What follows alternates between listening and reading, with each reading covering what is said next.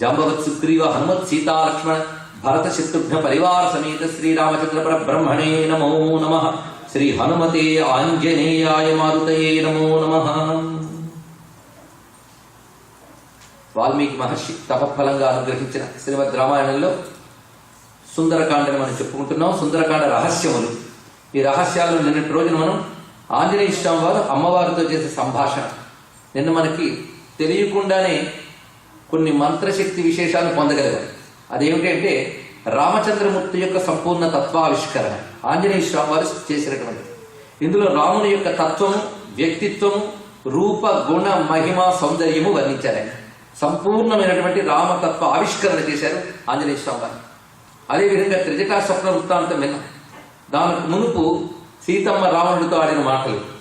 ఆ మాటల్లో రామునికి రావణునికి ఉన్న భేదం ఎంత చక్కగా చెప్పారు. సునా శార్దూలయోరివా, నువ్వు కుక్క వంటి వాడి, పెద్ద పుల్లు వంటి వారు రామలక్ష్మణులు. అంత గట్టిగా చెప్పడం కాదు, మరొక మాట ఉందండి. తథా జ్వరదవద్రామో త్వం నీచ శశవత్ స్మృత. నువ్వు రాముడి గురించి మాట్లాడుతున్నావు కానీ రాముడు ఒక మహాగజం లాంటి వాడు, నువ్వు ఆయన ముందు కుందేలు లాంటి వాడు అన్నది. దీన్ని బట్టి సీతమ్మ యొక్క ధీరత్వం, నిలకడ ఎంత ధైర్యంగా మాట్లాడగలిగింది. ఆవిడ యొక్క శాపానుగ్రహ శక్తిని కూడా నిన్న మనం వివరించుకున్నాం. భస్మ భస్మార్హ తేజస అనే మాట ద్వారా ఆంజనేయ స్వామి వారు రామచంద్రమూర్తి యొక్క తత్వాన్ని, రూపాన్ని వర్ణించిన తర్వాత అలాంటి రామచంద్రమూర్తి పంపగా వచ్చానమ్మా నేను. ఇప్పటి వరకు నువ్వు చెప్పిన ప్రకారంగా విశ్వాసార్థంతు వైదేహి భర్తృవృత్త మయా గుణా అచిరాద్ రాఘవోదేవి త్వామితో నయితానఘే. అమ్మా, నీకు విశ్వాసం కలగడం కోసమై నేను నీ భర్త యొక్క గుణాలన్నీ వర్ణించాను అంటే అమ్మ ఎందుకు అడిగితే పట్టేది మహాత్ముడు. కేవలం రాముని యొక్క వైభవాన్ని వినడమే కాదు, వచ్చినవాడు నిజంగా హనుమానుడా లేక రావణుడా అది నిర్ధారించుకోవడానికి కానీ ఇన్ని అడిగింది. అందుకు నీకు విశ్వాసం కలిగించడానికి రామచంద్రమూర్తి గుణగణములన్నీ వర్ణించిన తల్లి అచిరాత్ రాఘవో, అతి శీఘ్రముగానే రామచంద్రమూర్తి వచ్చి నిన్ను తీసుకుని వెళ్తాడు అని చిట్ట శుభంకరమైన వచనం పలికాడు. అంటూ తానెవరో పరిచయం చేసుకున్నాడు నిన్న. ఇంతవరకు అమ్మకు ఒక విశ్వాసం కలిగించి అప్పుడు తన గురించి చెప్తున్నాడు. ఈ చెప్పేటప్పుడు తన కేసరి అంజనాదేవి యొక్క పుత్రుని అని వివరిస్తూ నాకు హనుమాన్ అని పేరున్నది అన్నాడు. హనుమానితి విఖ్యాతో లోకే స్వైనేవ కర్మణ. ఈ వాక్యం దగ్గర మనం ఆగాం నిన్న, అంతే కదా. హనుమంతుడు అని నా కర్మల బట్టి నాకు పేరు ఖ్యాతి లభించింది అన్నాడు. నా కర్మల బట్టి నాకు హనుమాన్ అని ఖ్యాతి లభించింది. అంటే ఇదివరకు నాకు హనుమాన్ పేరున్నా నా పనులు బట్టి దాని కీర్తి ఇంకా వ్యాపించింది అన్నాడు. అంటే హనుమాన్ శబ్దానికి ఏమిటి ఇప్పుడు అర్థం, ఇది మనం గ్రహించడానికి ప్రయత్నం చేస్తున్నాం. ఇది ఒక మంత్రార్థాన్ని చెప్పుకుంటున్నాం, కేవలం నామార్థం కాదు. ఎప్పుడు కూడా దేవతలు అవతరించినప్పుడు వాళ్ళకుండే నామములన్నీ బయటికి వాళ్ళు చేసే పనులు బట్టి ఉంటూ ఉంటాయి, లోపల వేదపరమైన అర్థాలు ఉంటాయి. ఎందుకంటే వేదము ద్వారా చెప్పబడే వాళ్ళని దేవతలు అంటారు. ఆ దేవతలు భూమిని రక్షించడానికి వచ్చినప్పుడు వాళ్ళకున్న నామములన్నీ ఇదివరకు వేదాల్లో ఉన్నవే, ఇది పట్టుకోవాల్సింది. అందుకు ఆంజనేయ స్వామి వారి యొక్క భవ్యమైన మంత్ర విశేషములు గ్రహించబోతున్నాం. రామచంద్రమూర్తి ఎలాగ వేదం నుంచి వచ్చిన తారక మంత్రమో, సారతారోపనిషత్తు అనే ఉపనిషత్తులో రామ తారక మంత్రం గురించి ఉన్నది. అలాగే హనుమన్ మంత్ర రాశి చాలా ఉన్నది. మన్యు సూక్తానికి అధిదేవత ఆంజనేయ స్వామి వారి, ఇది గొప్ప రహస్యమైన విషయం అండి. అందుకే చాలా ఏళ్ల క్రితం శబ్దాన్ని ఆకారంగా చూసే ఒకనొక విజ్ఞానంతో లలితా సహస్రనామాన్ని ఉచ్చరిస్తే దాని ఆకారం శ్రీచక్ర రూపంలో వచ్చింది. అది క్రమంగా దాన్ని మరొక రూపంలోకి వైజ్ఞానికంగా తీసుకొస్తే లలితా రూపం సాక్షాత్కరించింది. అంటే ఆ మంత్రంలో, ఆ స్తోత్రంలోనే దేవతా రూపం ఉంటుంది. అదేవిధంగా మన్యు సూక్తంలో ప్రధానంగా ముగ్గురు దేవతలు చెప్తారు. ఒక రుద్రుడు, ఇంకోటి హనుమంతుడు, మరొక స్వామి నరసింహస్వామి. ముగ్గురు తత్వంలో ఒకటి. ఈ మన్యు సూక్తాన్ని హనుమన్ మంత్రంతో సంపుటితం చేసి ఉపాసన చేసే ఒక పద్ధతి ఉన్నది సంప్రదాయంలో, ఉపాసనా సంప్రదాయంలో. అందుకు మన్యు సూక్తం అంటే పరమేశ్వరుని యొక్క ప్రచండ శక్తి స్వరూపం. అది ఆ స్వరూపమే ఇక్కడ వేదంలో ఉన్నది. అది హనుమంతుడిగా మనకి ఇక్కడ కనబడుతుంది. మనకి సంహితా గ్రంథాలు ఆంజనేయ స్వామి వారికి అనేక అవతారాలు చెప్పాయి. ప్రధానంగా 9 అవతారాలు ప్రధానంగా చెప్పారు. ఈ 9 అవతారాల్లో రామస్వామితో సంచరించినప్పుడు ఇది ఒక స్వరూపము, అది ఆవిష్కరణ. అందుకే హనుమన్ మంత్రములు ఏనాటి నుండో ఉన్నాయి, నేటికి ఉన్నాయి. ఆంజనేయ స్వామి అనుగ్రహం అనేక విధములుగా ఉన్నాయి. హనుమంతుడికి ఆకు పూజ, హనుమంతుడికి సింధూర పూజ, హనుమంతుడికి వడమాల, హనుమంతుడికి వెన్నపూత, ఇవన్నీ ఎక్కడున్నాయి? రామాయణంలో ఉన్నాయా? ఆ మాటకు వస్తే రామ తారక మంత్రం, రామజన్మం ఎక్కడున్నాయి? ఇవన్నీ మంత్రశాస్త్రాల్లో, ఆగమ శాస్త్రాలు ఉన్నాయి. అవి రామాయణంలో నిగూఢంగా ఉంటాయి, శాస్త్రాల్లో బాహ్యంగా ఉంటాయి. ఎందుకంటే ఏ గ్రంథాన్ని పరిశీలించినప్పుడైనా వాటి లక్షణం బట్టి దాన్ని చూడాలి. రామాయణం కావ్యం, కావ్యంలో ఇవన్నీ పెట్టరు, మంత్రాల్లో ఉంటాయి. కావ్యం లోపల మంత్రం లోపల దాచిపెడతారు. అందుకే మనకు తెలియకుండా కావ్యం పారాయణ చేస్తూ ఉంటే మనకు తెలియకుండా మంత్రాలన్నీ జరిగిపోతాయి. అందుకే నిన్న మనకు తెలియకుండా అని ప్రారంభించారు వాళ్ళు మొదట. అంటే నిన్న ఎవరు వచ్చారు వాళ్ళు తెలియకుండానే రామతారక మంత్ర జపం 1.5 గంటలు చేసే ఫలితం లభించింది. అందుకే శ్రద్ధగా కూర్చుని వింటే ఫలశ్రుతి ఎందుకు చెప్తారు అంటే ఇది. అందుకే భగవత్కథలు ఎన్ని మార్లు విన్నా వినాలి. ఎందుకంటే తన మంత్ర మహిమలు మనకు కావాలి. నిన్న భోజనం చేసే వాళ్ళు మానేస్తున్నామా ఎప్పటికప్పుడు. అందుకే పొందాల్సింది పొందే వరకు వినాల్సింది వినాలి. అది శాస్త్రం. అలా ఇప్పుడు మనం ఈ రోజున ఆంజనేయ స్వామి వారి యొక్క తత్వావిష్కరణ చేసుకోబోతూ ఉన్నాం. ఇప్పుడు హనుమానితి విఖ్యాతో లోకే స్వేనైవ కర్మణ అనే దానిలో ఉప్పందించాడు ఆంజనేయ స్వామి వారు మనకి. ఇప్పుడు హనుమాన్ శబ్దానికి అర్థం పరిశీలిద్దాం. హనుమాన్ అనే దానికి ఒక అర్థం మనం చెప్పుకున్నాను, గొప్ప దవడలు కలవాడు, అంతే కదా. వజ్రంతో కొట్టినప్పటికీ నిలబడగలిగిన దవడలు గనక ఇంద్రుడు ఆశ్చర్యపోయి భలే దవడలయ్యానివి అన్నాడు. ఆ భలే దవడలో హనుమాన్, హనువు అంటే దవడ అని అర్థం. గొప్ప దవడలు ఉన్నవాడు, గొప్ప దవడలు ఉన్నవాడు, గొప్ప బుగ్గలు ఉన్నవాడు, ఇవేం మంత్రాల అంటే ఇందులో ఇది కాక మరొక శక్తి ఉంది. అందుకే హనుమాన్ అనే నామ ఉచ్చారణలోనే ఎంత శక్తి ఉందో శాస్త్రం చెప్తున్నది. పైగా కలవు కపి వినాయకవు అని ఒక శాస్త్రం ఉందండి. కలియుగంలో తొందరగా అనుగ్రహించగలిగిన దేవతల్లో కపి వినాయకం. ఆంజనేయ స్వామి వారు వినాయకుడు. నిజానికి కొంతసేపు హనుమద్ ఉపాసన చేసి సుందరకాండ చేస్తే మీకు చూపిస్తాడు ఆయన తన రూపాన్ని. అలా చూడొచ్చు ఎక్కడెక్కడ. ఆయన శివస్వరూపం కదా. మీకు ప్రారంభంలోకి రండి.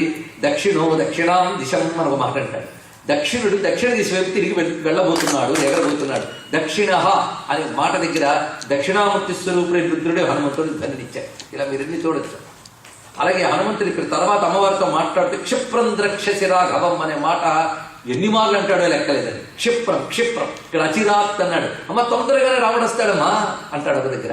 క్షిప్రం ద్రక్షసి రాఘవం, నువ్వు త్వరలోనే రాముడిని చూడబోతున్నావు, తొందరగా చూస్తావు, వెంటనే చూస్తావు అని మాటికి ఆంజనేయ స్వామి వారు అంటూ ఉంటే అమ్మకి ఎంత ఉత్సాహం ఉంటుందండి. ఇందులో ఒక మంత్ర రహస్యం గ్రహించే వాళ్ళు 2-3 నాకు చాలా సంతోషం. మంత్ర సంకేతం ఎలా గ్రహించారు. మనకి క్షిప్ర గణపతి ఉపాసన ఒకటి ఉన్నది. క్షిప్ర గణపతి అంటే వెంటనే అనుగ్రహిస్తాట. గణపతిగా హనుమంతుడికి ఏదో అనుబంధం ఉన్నదండి. అందుకే దేవతా తత్వములు భిన్న భిన్న దేవతల్లో ఒకే తత్వం ఉంటుంది. అలాంటప్పుడు ఆ దేవతలకి ఈ దేవతలకి సామ్యం ఉంటుంది. ఇవి తెలుసుకోగల. వైష్ణవంలో సుదర్శన తత్వానికి, శైవంలో సుబ్రహ్మణ్య తత్వానికి అనుబంధం ఉన్నది. ఇది ఎవరికి తెలుస్తుంది అంటే దేవత సాధన చేసినటువంటి వాళ్ళకి తెలుస్తుంది. అదేవిధంగా హనుమంతుడికి గణపతికి ఒకనొక సంబంధం ఉన్నది. కార్యసిద్ధికరుడు గణపతి, అంతే కదా. ఎలాంటి విఘ్నాలైనా తొలగిస్తారు. రామకార్యాలకు ఉన్న విఘ్నాలన్నీ తొలగించి తొందరగా కార్యం చేయించిన వాడు ఆంజనేయుడు. అందుకే క్షిప్రగణపతి లక్షణం ఉన్నది. ఇది నేనేదో చెప్పడం కాదండి. ఎప్పుడు కబుర్లాడి భయ్యి వాటు అడిగేవాళ్ళు ఉంటారు, వాళ్ళకి అంతకంటే అర్థం కాదు. కాలక్షేపం కబుర్లు ఆడుతూ ఉంటారే. అందుకే కొంత మఠం వేసి కూర్చొని ఒక 2 నిమిషాలని ధ్యానం చేస్తే అనేకం తెలుస్తాయి. కబుర్లకి కాలక్షేపాలకి ఏముంది. ఇది తెలుసుకోవాల్సినటువంటి ప్రధానమైన ఉద్దేశం. ఉపాసకన రహస్యములు తెలిసిన వారు త్యాగరాజ స్వామి మహానుభావుడు. అలాగే నేను తత్వవేత్త కదా.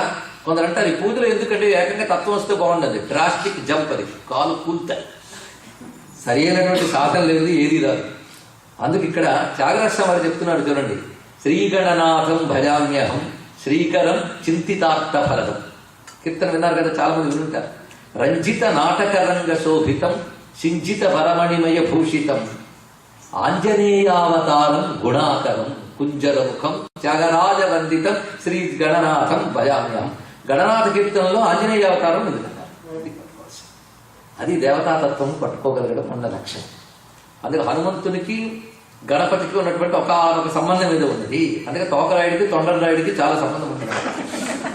ఇరువురు కూడా ఏం చేస్తున్నారు, విఘ్నములు పరిహరిస్తున్నారు. ఆయన ఎలా దాటుకెళ్ళాడండి విఘ్నాలు యుక్తిగా. కానీ కార్యసిద్ధికరుడు క్షిప్రముగా అనుగ్రహిస్తాడు. హనుమంతుడు రాగానే రామకథగా వేగం పెరిగింది, శోకాలన్నీ తీరిపోయాయి. అది శోకనాశకుడు, కార్యసాధకుడు. హనుమంతుడు అంటేనే కార్యసాధకుడు. అంటే కార్యసిద్ధి హనుమన్ మంత్రం ఉంది ఒక విశేషం. కానీ కార్యసిద్ధికరుడు, ఆపదుద్ధారకుడు, ఇన్ని స్వరూపాలు చూస్తున్న ఆంజనేయ స్వామిలో జ్ఞానస్వరూపుడు, ఇన్ని కోణములు. అలా ఇక్కడ కూడా మనం గ్రహిస్తున్నాం. క్షిప్రాంజనేయుడు అని కూడా అనుకోవచ్చు. ఇప్పటివరకు ఎన్ని ఆంజనేయులు వచ్చాయి రాసుకుంటున్నారు కదా శ్రద్ధగా. క్షిప్రాంజనేయుడిన అంటే తొందరగా అనుగ్రహించే స్వామి. సీతమ్మతో మాటపాటికి అభయమిస్తున్నాడు, క్షిప్రం ద్రక్షసి క్షిప్రం ద్రక్షసి. ఆ నోటు మాటతో నిజంగా జరుగుతుంది. ఎందుకంటే గణపతి రుద్రతేజం, హనుమంతుడు రుద్రతేజం, ఒకే ఒక్క మహాతేజస్సు శివ తేజస్సు నుంచి వచ్చిన వాళ్ళ కనుక లక్షణం అది.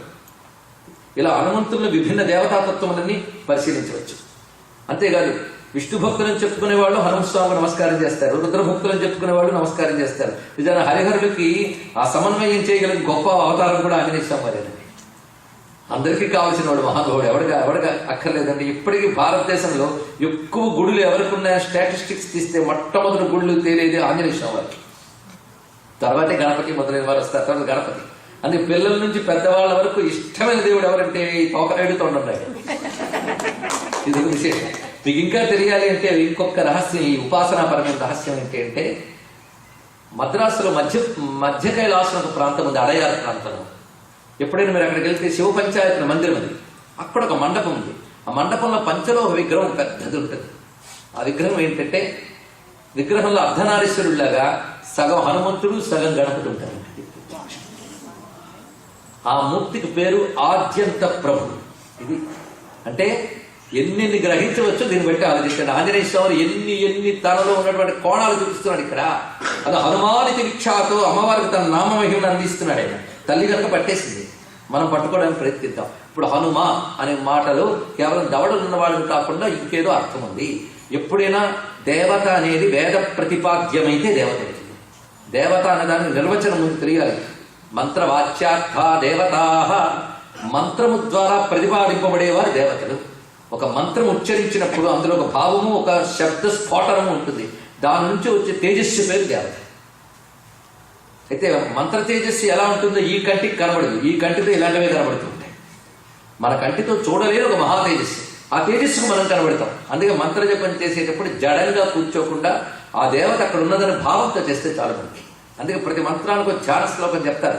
అంటే ఈ మంత్రం ద్వారా ప్రతిపాదింపబడే దేవత రూపం ఇలా ఉంటుంది అని ఋషి వర్ణించాడు. వాళ్ళు దర్శించారు, మనం ధ్యానించాలంటే. వాళ్ళు దర్శించగలిగారు, మన దర్శనం లేదు కనుక ధ్యానం చేయాలి. ఇది తెలుసుకోవాల్సింది.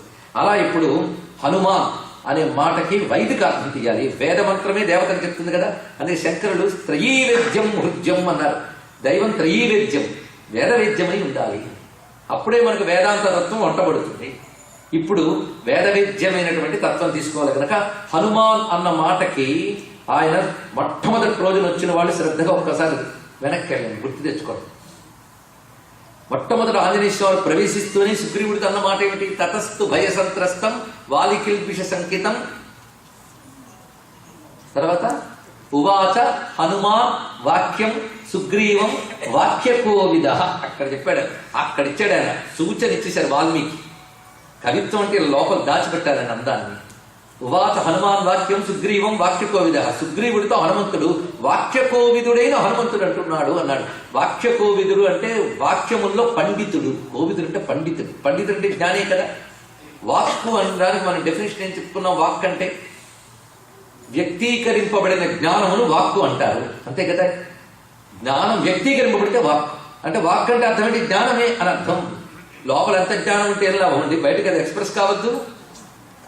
ఎవడు ఎక్స్ప్రెస్ చేయగలడు? లోపల ఉన్నవాడే ఎక్స్ప్రెస్ చేయగలడు, అంతే. అంత గొప్పగా మాట్లాడేటండి అంటే గొప్పగా మాట్లాడడానికి కావాల్సిన జ్ఞానం ఉంది. ప్రిపేర్ వచ్చిన వాడు 10 నిమిషాల కల్లా క్లోజ్. వాడి దగ్గర అఖండ జ్ఞానం ఉంటే అఖండ వాక్ వస్తున్నది. కానీ హనుమంతుడు వాక్స్వరూపుడికి జ్ఞాన రూప అని అర్థం. అందుకే వాక్కు బుద్ధి జ్ఞానం ఈ 3 ఒకే అర్థాన్ని తెలియజేస్తాయి. అందుకే జ్ఞానదేవతను వాగ్దేవి అని కూడా మనం అంటాం. హనుమంతుడు వాక్యకోవిదుడు, ఇది తెలుసుకోవాలి. వాక్కులు ఎక్కడి నుంచి వస్తాయి? నోట్లోంచి, అంతే కదా. పెద్ద ఆలోచించకండి. నోరు అంటే దవడల మధ్యలో నుంచి వస్తుంది కదా. అందుకు వాక్కు గురించి వేదం ఏం చెప్తుందో చూద్దాం. అక్కడ వాడే హను శబ్దాన్ని చూడండి. అధరాహను పూర్వ రూపం, ఉత్తరాహను ఉత్తర రూపం, వాక్ సంధానం జిహ్వా సంధి. ఇది ఉపనిషత్తు చెప్తారు. హను శబ్దం ఎందుకు వాడారు? వాక్కు గురించి వాడేటప్పుడే వేదం వాడించండి. అధరాహను పూర్వ రూపం. మీకు అరణి మధించి అగ్నిని సాధిస్తారని తెలుసు కదా. యజ్ఞం చేసేటప్పుడు అగ్నిని ఎలా సాధిస్తారు? నేను ఈ మధ్య కొందరు తెల్లవాళ్ళు ఇక్కడ నార్త్ కేరళలో రుద్రయాగం చేసేటప్పుడు అరణి మధించి అగ్ని చేయడం నేను చూశాను చిత్రంలో. వాళ్ళు చేస్తున్నారు. కావాలంటే హిందూ సంస్కృతి గురించి ఏదైనా తెలుసుకోవాలనుకుంటే మనం ఇక్కడ ఉన్నటువంటి కొందరు ఉన్నారండి, వాళ్ళ దగ్గర మఠం వేసుకుని పాఠం నేర్చుకుంటాం. అందరూ ఇంగ్లీష్ వాళ్ళు మన సంస్కృతి గురించి బాగా తెలుసు, మన సంస్కృతం గురించి తెలుసు. మనం ఏంటంటే వాటు అని ప్రశ్నిస్తాం. 4 ఇంగ్లీష్ బుక్కలు రాగానే హిందూ సంస్కృతిని అవమానించడం మొట్టమొదటి నేర్చుకుంటాం, అంతే కదా. కానీ ఇక్కడ అప్పుడు వాళ్ళ దగ్గరికి వెళ్ళి పాఠాలు నేర్చుకుంటే తప్పేం లేదండి. మౌంట్ సోమాలో ఒక ఆయన ఉన్నాడు. ఆయన తన పేరును మహర్షి మహేశానందను మార్చుకున్నాడు. కానీ నిజానికి ఆయన ఇంగ్లీష్ వాడు, గొప్ప శివభక్తుడు. చదివి మాట్లాడారండి, చదవకుండా అదేమిటి ఇదేమిటి అని కాదు. ముందు చదవాలి, తెలుసుకోవాలి, అప్పుడు మాట్లాడాలి. నేను ఇప్పుడు కూర్చుని మెడిసిన్ గురించి వాటి గురించి మాట్లాడి మీరు ఒప్పుకుంటారా? నేను చదవకుండా నేను మాట్లాడకూడదు కదా, అధ్యయనం చేయాలి. సరే, అరణి మధించి అగ్నిని సాధిస్తారు తెలుసు కదా. ఆ అగ్ని ఎలా ఉంటుంది? కింద ఒక కొయ్యను పెడతారు, పైన కవ్వల నాటి మరో కొయ్యను పెట్టి మథనం చేసి అగ్ని చేస్తారు. దీని మంథనాగ్ని, అరణి అగ్నిని అని అంటారు. అలా తీసినటువంటి అగ్ని, అలాంటి తీసి వచ్చినటువంటి అగ్నితో యజ్ఞం చేస్తారు. ఆ యజ్ఞంలో వాడే మంత్రములు ఆరణ్యకములు అంటారు. అంతేగాని అరణ్యాల్లో కూర్చుని చదివేది ఆరణ్యకములు కాదు. ఇక్కడ అరణి నుంచి మధించి అగ్ని తీయడం. ఇప్పుడు దీన్ని తీసుకుని మనకి వేదంలో చెప్తున్నాడు. అధరాహను పూర్వ రూపం, ఉత్తరాహను ఉత్తర రూపం. క్రింది చెక్క పై చెక్క అరణ్యంలో ఎలా ఉంటుందో మన క్రింది దవడ పై దవడ ఉంటాయట. ఈ క్రింది దవడ పై దవడ ఈ మధ్యలో మథనం చేయడానికి సహకరించేది నాలిక. ఈ రెండింటి నుంచి పుట్టే అగ్ని వాక్కు అన్నాడు. ఇప్పుడు తెలిసింది కదా. కానీ వాక్కు అనే అగ్ని ఎందులోంచి పుడుతుంది? హనువుల నుంచి పుడుతున్నది వాక్కు. కనుక హనువుల నుంచి వాక్కు జిహ్వ యొక్క సహాయంతో పుడుతున్నది. కానీ హనుమాన్ అంటే ఈ దవడల్లోంచి పుట్టేటటువంటి వాక్కు యొక్క రూపవతలు. ఇది దీని యొక్క ఇప్పుడు వాక్యతో వాక్ స్వరూపుడు. అందుకే ఆంజనేయ స్వామి వారిని చిన్నప్పటి నుంచి పిల్లలు ఆరాధన చేస్తూ ఉంటే వాళ్ళ బుద్ధిశక్తి జ్ఞానశక్తి కూడా పెరుగుతుంది. అది ముందు బుద్ధి బలం యశోధైర్యం, బుద్ధికి ప్రాధాన్యం ఇచ్చారు. జ్ఞానం ప్రధానం. అందుకే హనుమంతుడు జ్ఞానావతారము, జ్ఞాన రూపుడు అని మొదటి నుండి చెప్పుకుంటున్నాం. అందుకే హనుమంతుడు జ్ఞానాంజనేయుడు, ప్రధానంగా ఆయన జ్ఞానాంజనేయుడు. హనుమాన్ అంటే అందుకే ఇటు అటు చూడకుండా అలంకార శాస్త్రం హనుమాన్ శబ్దానికి ఒకటే అర్థం చెప్పింది. హనుమాన్ ఇది జ్ఞానవాన్ అంటే అర్థం. జ్ఞానం అంటే వాక్ కదా. కనుకనే ఈ దవడల్లోంచి పుట్టే వాక్కుని వేదం ప్రకారంగా హనుమాన్ అని చెప్పి తెలిసింది కదా. ఇదొక పరమార్థం హనుమాన్ శబ్దానికి. ఇంకొక రహస్యం అది. హనుమాన్ అన్నప్పుడు చివరికి వచ్చే నకారము నాదం కింద తీసుకోవాలి మనం. నాదం హనుమ ఇది మనం తీసుకుంటే ఇవి మనకి హల్లులు, అచ్చులు హల్లులు తెలుసు కదా. మళ్ళీ నా పక్కర్లేదు. హల్లులు లోపల అచ్చులుంటాయి. అచ్చులు లేకపోతే హల్లులు పలకలు. అందుకే అచ్చులకి ప్రాణాక్షరం అని పేరు, హల్లులకి ప్రాణ్యక్షరం అని పేరు. ఎప్పుడైనా మీకు ఓపిక నాకు తీరిక ఉంటే అక్షరాభ్యాసం సర్పించుకోవచ్చు తెలుసా. అంతుంది. అక్షరాలు ఆ క్రమంలో ఎందుకు పెట్టారు, అక్షరాల్లోని శక్తి ఏమిటి, ఇది చెప్తే మీకు మాతృకావర్ణ రూపిణి అర్థం అవుతుంది. భారతీయ సంస్కృతి ఎన్ని లోతుగా పరిశీలించడం మనకు తెలియదు. కేవలం పరిశీలించకుండానే నిరసించే వాళ్ళు ఉన్నారు, కానీ కాస్త పరిశీలించితే దండం పెడతారండి ఆవిడైనా. ఇది తెలుసుకున్నాం. వివేకానంద చాటింపు వేయగానే భారతదేశం వైపు తిరిగింది ప్రపంచం అంతా తెలుసుకున్నాను ఇక్కడ. అందుకే భవ్యమైన అక్షరాభ్యాసం అవుతుంది. హనుమ 3 హల్లులు, హల్లుల్లో అచ్చులు ఉంటాయి. ఇప్పుడు మరి ఇక్కు ఇచ్చు అంటే ఎవరికి అర్థం కాదు. ఇక్ అనే దానికి అకారం తగలాలి, తగిలితే కా కి పైన అచ్చులు తగిలితే గానీ హల్లులు పలక. అందుకే అచ్చులకి ప్రాణులు అంటారు, హల్లులకి ప్రాణులు అంటారు. ఇది తెలుసుకోవాలి. ఇప్పుడు హనుమాన్ అనే దాంట్లో 3 అచ్చులు ఉన్నాయి. హ అన్నప్పుడు ఆ ఉంది, ను ఇందులో ఊ ఉంది, మకారంగా తీసుకోండి. హనుమాన్కి వెళ్తుంది కదా, అందుకే మకారం అని తీసుకోండి. హాలో అకారం, నూలో ఉకారం, మకారం కలిపి ఏమైంది ఓం. ఓం అని ఉన్న శక్తే హనుమలు ఉంది. ఇది రహస్యం అండి. అందుకే హనుమాన్ అంటే ఎందుకయ్యా ఏం జరుగుతుందంటే హ ఆకాశవాచకం. హ ఆ స్పందనంలో ఆకాశ శక్తి ఉత్పన్నం చేశారు. అందుకే ఒక్కొక్క అక్షరానికి ఒక్కొక్క అధిదేవతను మన వారు దర్శించారు. రా అన్నప్పుడు మనలో కలిగే స్పందనలో తేజస్సు ఉంటుంది. అది అలా హనుమ అనేటువంటి శక్తి ప్రణవస్వరూపుడి రుద్రతేజమే అందులో కనబడుతున్నది. కనుక వాక్యకోవిద ఇది హనుమాన్ శబ్దానికి ప్రధానమైన అర్థం. ఇప్పుడు మరొకటి ఉంది ఆంజనేయ. ఇది చాలా రమ్యమైన మాట. ఆంజనేయ అంటే అర్థం ఏంటి? అంజనాదేవి కొడుకు. అంజనాదేవి కొడుకు అంటే అది మంత్రమా? ఫలానా వాళ్ళు పెళ్ళాడు, ఫలానా వాళ్ళు పెళ్ళాడు అంటే మంత్రం అవుతుందా? అంటే ఇంకా దీనిలో ఏదో అర్థం ఉందన్నమాట. అది తెలుసుకోవాలి. అందుకే కథార్థం ఒక మేర కథలు చదివేవాడు. కొంతమందికి అది చాలా దాటిపోతాడు. కొంచెం ఓపిక తెచ్చుకుని ఎందుకు దీన్ని మంత్రం అన్నారు? మంత్రము అంటే శక్తి ఉంటేనే మంత్రం అవుతుంది, లేకపోతే శబ్దశక్తి అర్థశక్తి రెండు ఉండాలి. ఇవాళ ఉపన్యాసానికి 4 రోజులు పునాదులు చేస్తారు.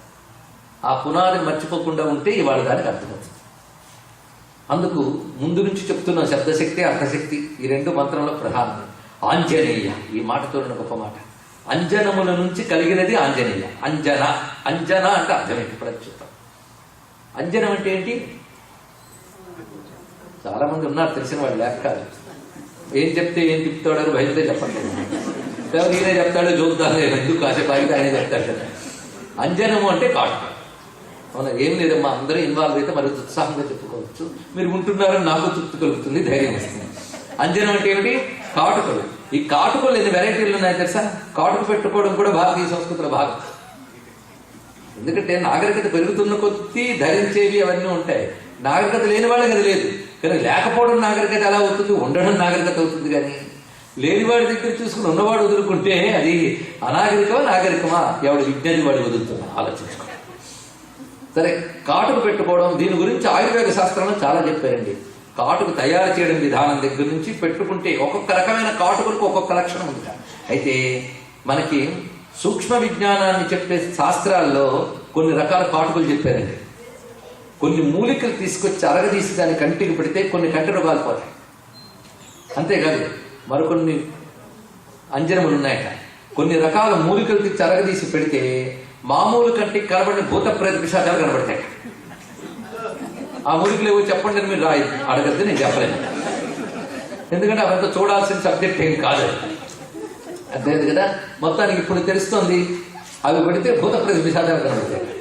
మరికొన్ని మూలికలు ఉన్నాయట, అవి అరగదీస్తే దాచిపెట్టబడిన నిధి నిక్షేపాలు కనబడతాయి. అంజనం విన్నారు ఎప్పుడైనా? దాచిపెట్టబడిన నిధి నిక్షేపాలు కనబడుతుంటాయి. అవంటే ఏంటో అడగకండి, మరి నాకు తెలియదు. ఉన్నాయని మాత్రం అన్ని చెప్పగలగాని ఆ మూలికలు ఏంటో చెప్పండి మేము రాసుకుంటామంటే నాకు తెలియదు. అందరిని మాత్రం తెలుసు అంటే అదొక అంజనం. కనుక అంజనం వేసి చూపించడం అని తెలుసా మీకు? ఇప్పటికీ వింటూ ఉంటాం.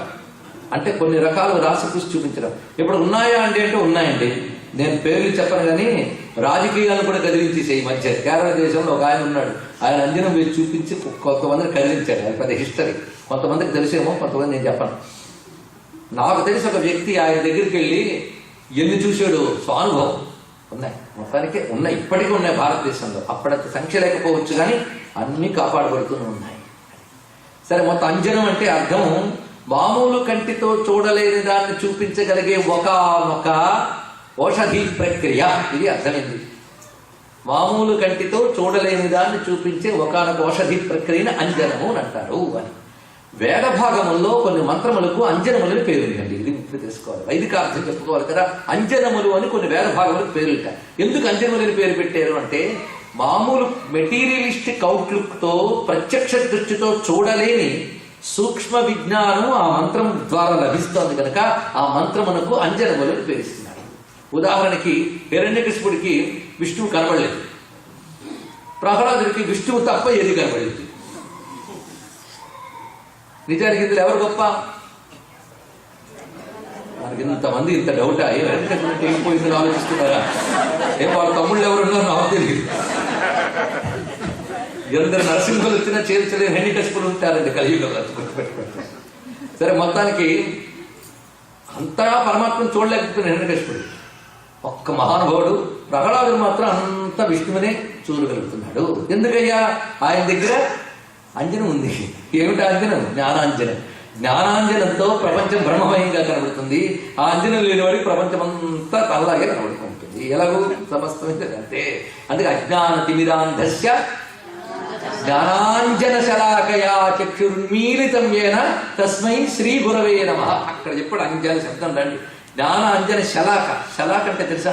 పూర్వ అరణ్యాల్లో వేదాలు చదివేటప్పుడు, తాళపత్ర గ్రంథాలు శాస్త్రాలు అవి చూసేటప్పుడు, వేదం పుస్తకం చూసి చదవరు కానీ శాస్త్రాన్ని మాత్రం తాళపత్ర గ్రంథాల నుంచి చదివేవారు. ఆ చదివేటప్పుడు గుర్తు పెట్టుకోవడం కోసం ఒక ముళ్ళు వాడేవారు. ఆ ముళ్ళుని శలాక అని అంటారు. అది శాస్త్ర పాఠాల్లో కొందరు ఇంటి పేరున్న వాళ్ళు కూడా ఉన్నారు. శలాక అనేది ఆ శలాకను గుర్తుగా పెడతారు. అలాగే కాటుకలు పెట్టుకోవడానికి కూడా పుల్ల వాడతారు కొంతమంది. అందుకు పుల్ల అంటే కాటుకు పెట్టుకునే పుల్ల. ఆ కాటుకతో పెడుతున్నట్టు ఎవరికి పెడతారా అంటే గురువు పెడతాడు. అక్కడ ఏమిటా అంజనము? జ్ఞాన అంజన శలాకయ. ఆ జ్ఞానాంజన శలాక రాసి కళ్ళు తెరిపిస్తాడు.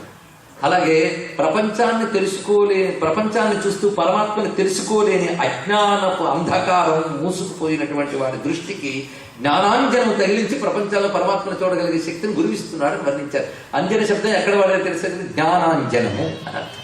కనుక ఇప్పుడు ఏమిటి అంజనం అంటే జ్ఞానమే అంజనం. జ్ఞానం అనే అంజనం వస్తే దృష్టిని జ్ఞానమయం కృత్వా ఉపనిషత్తు చెప్తోంది.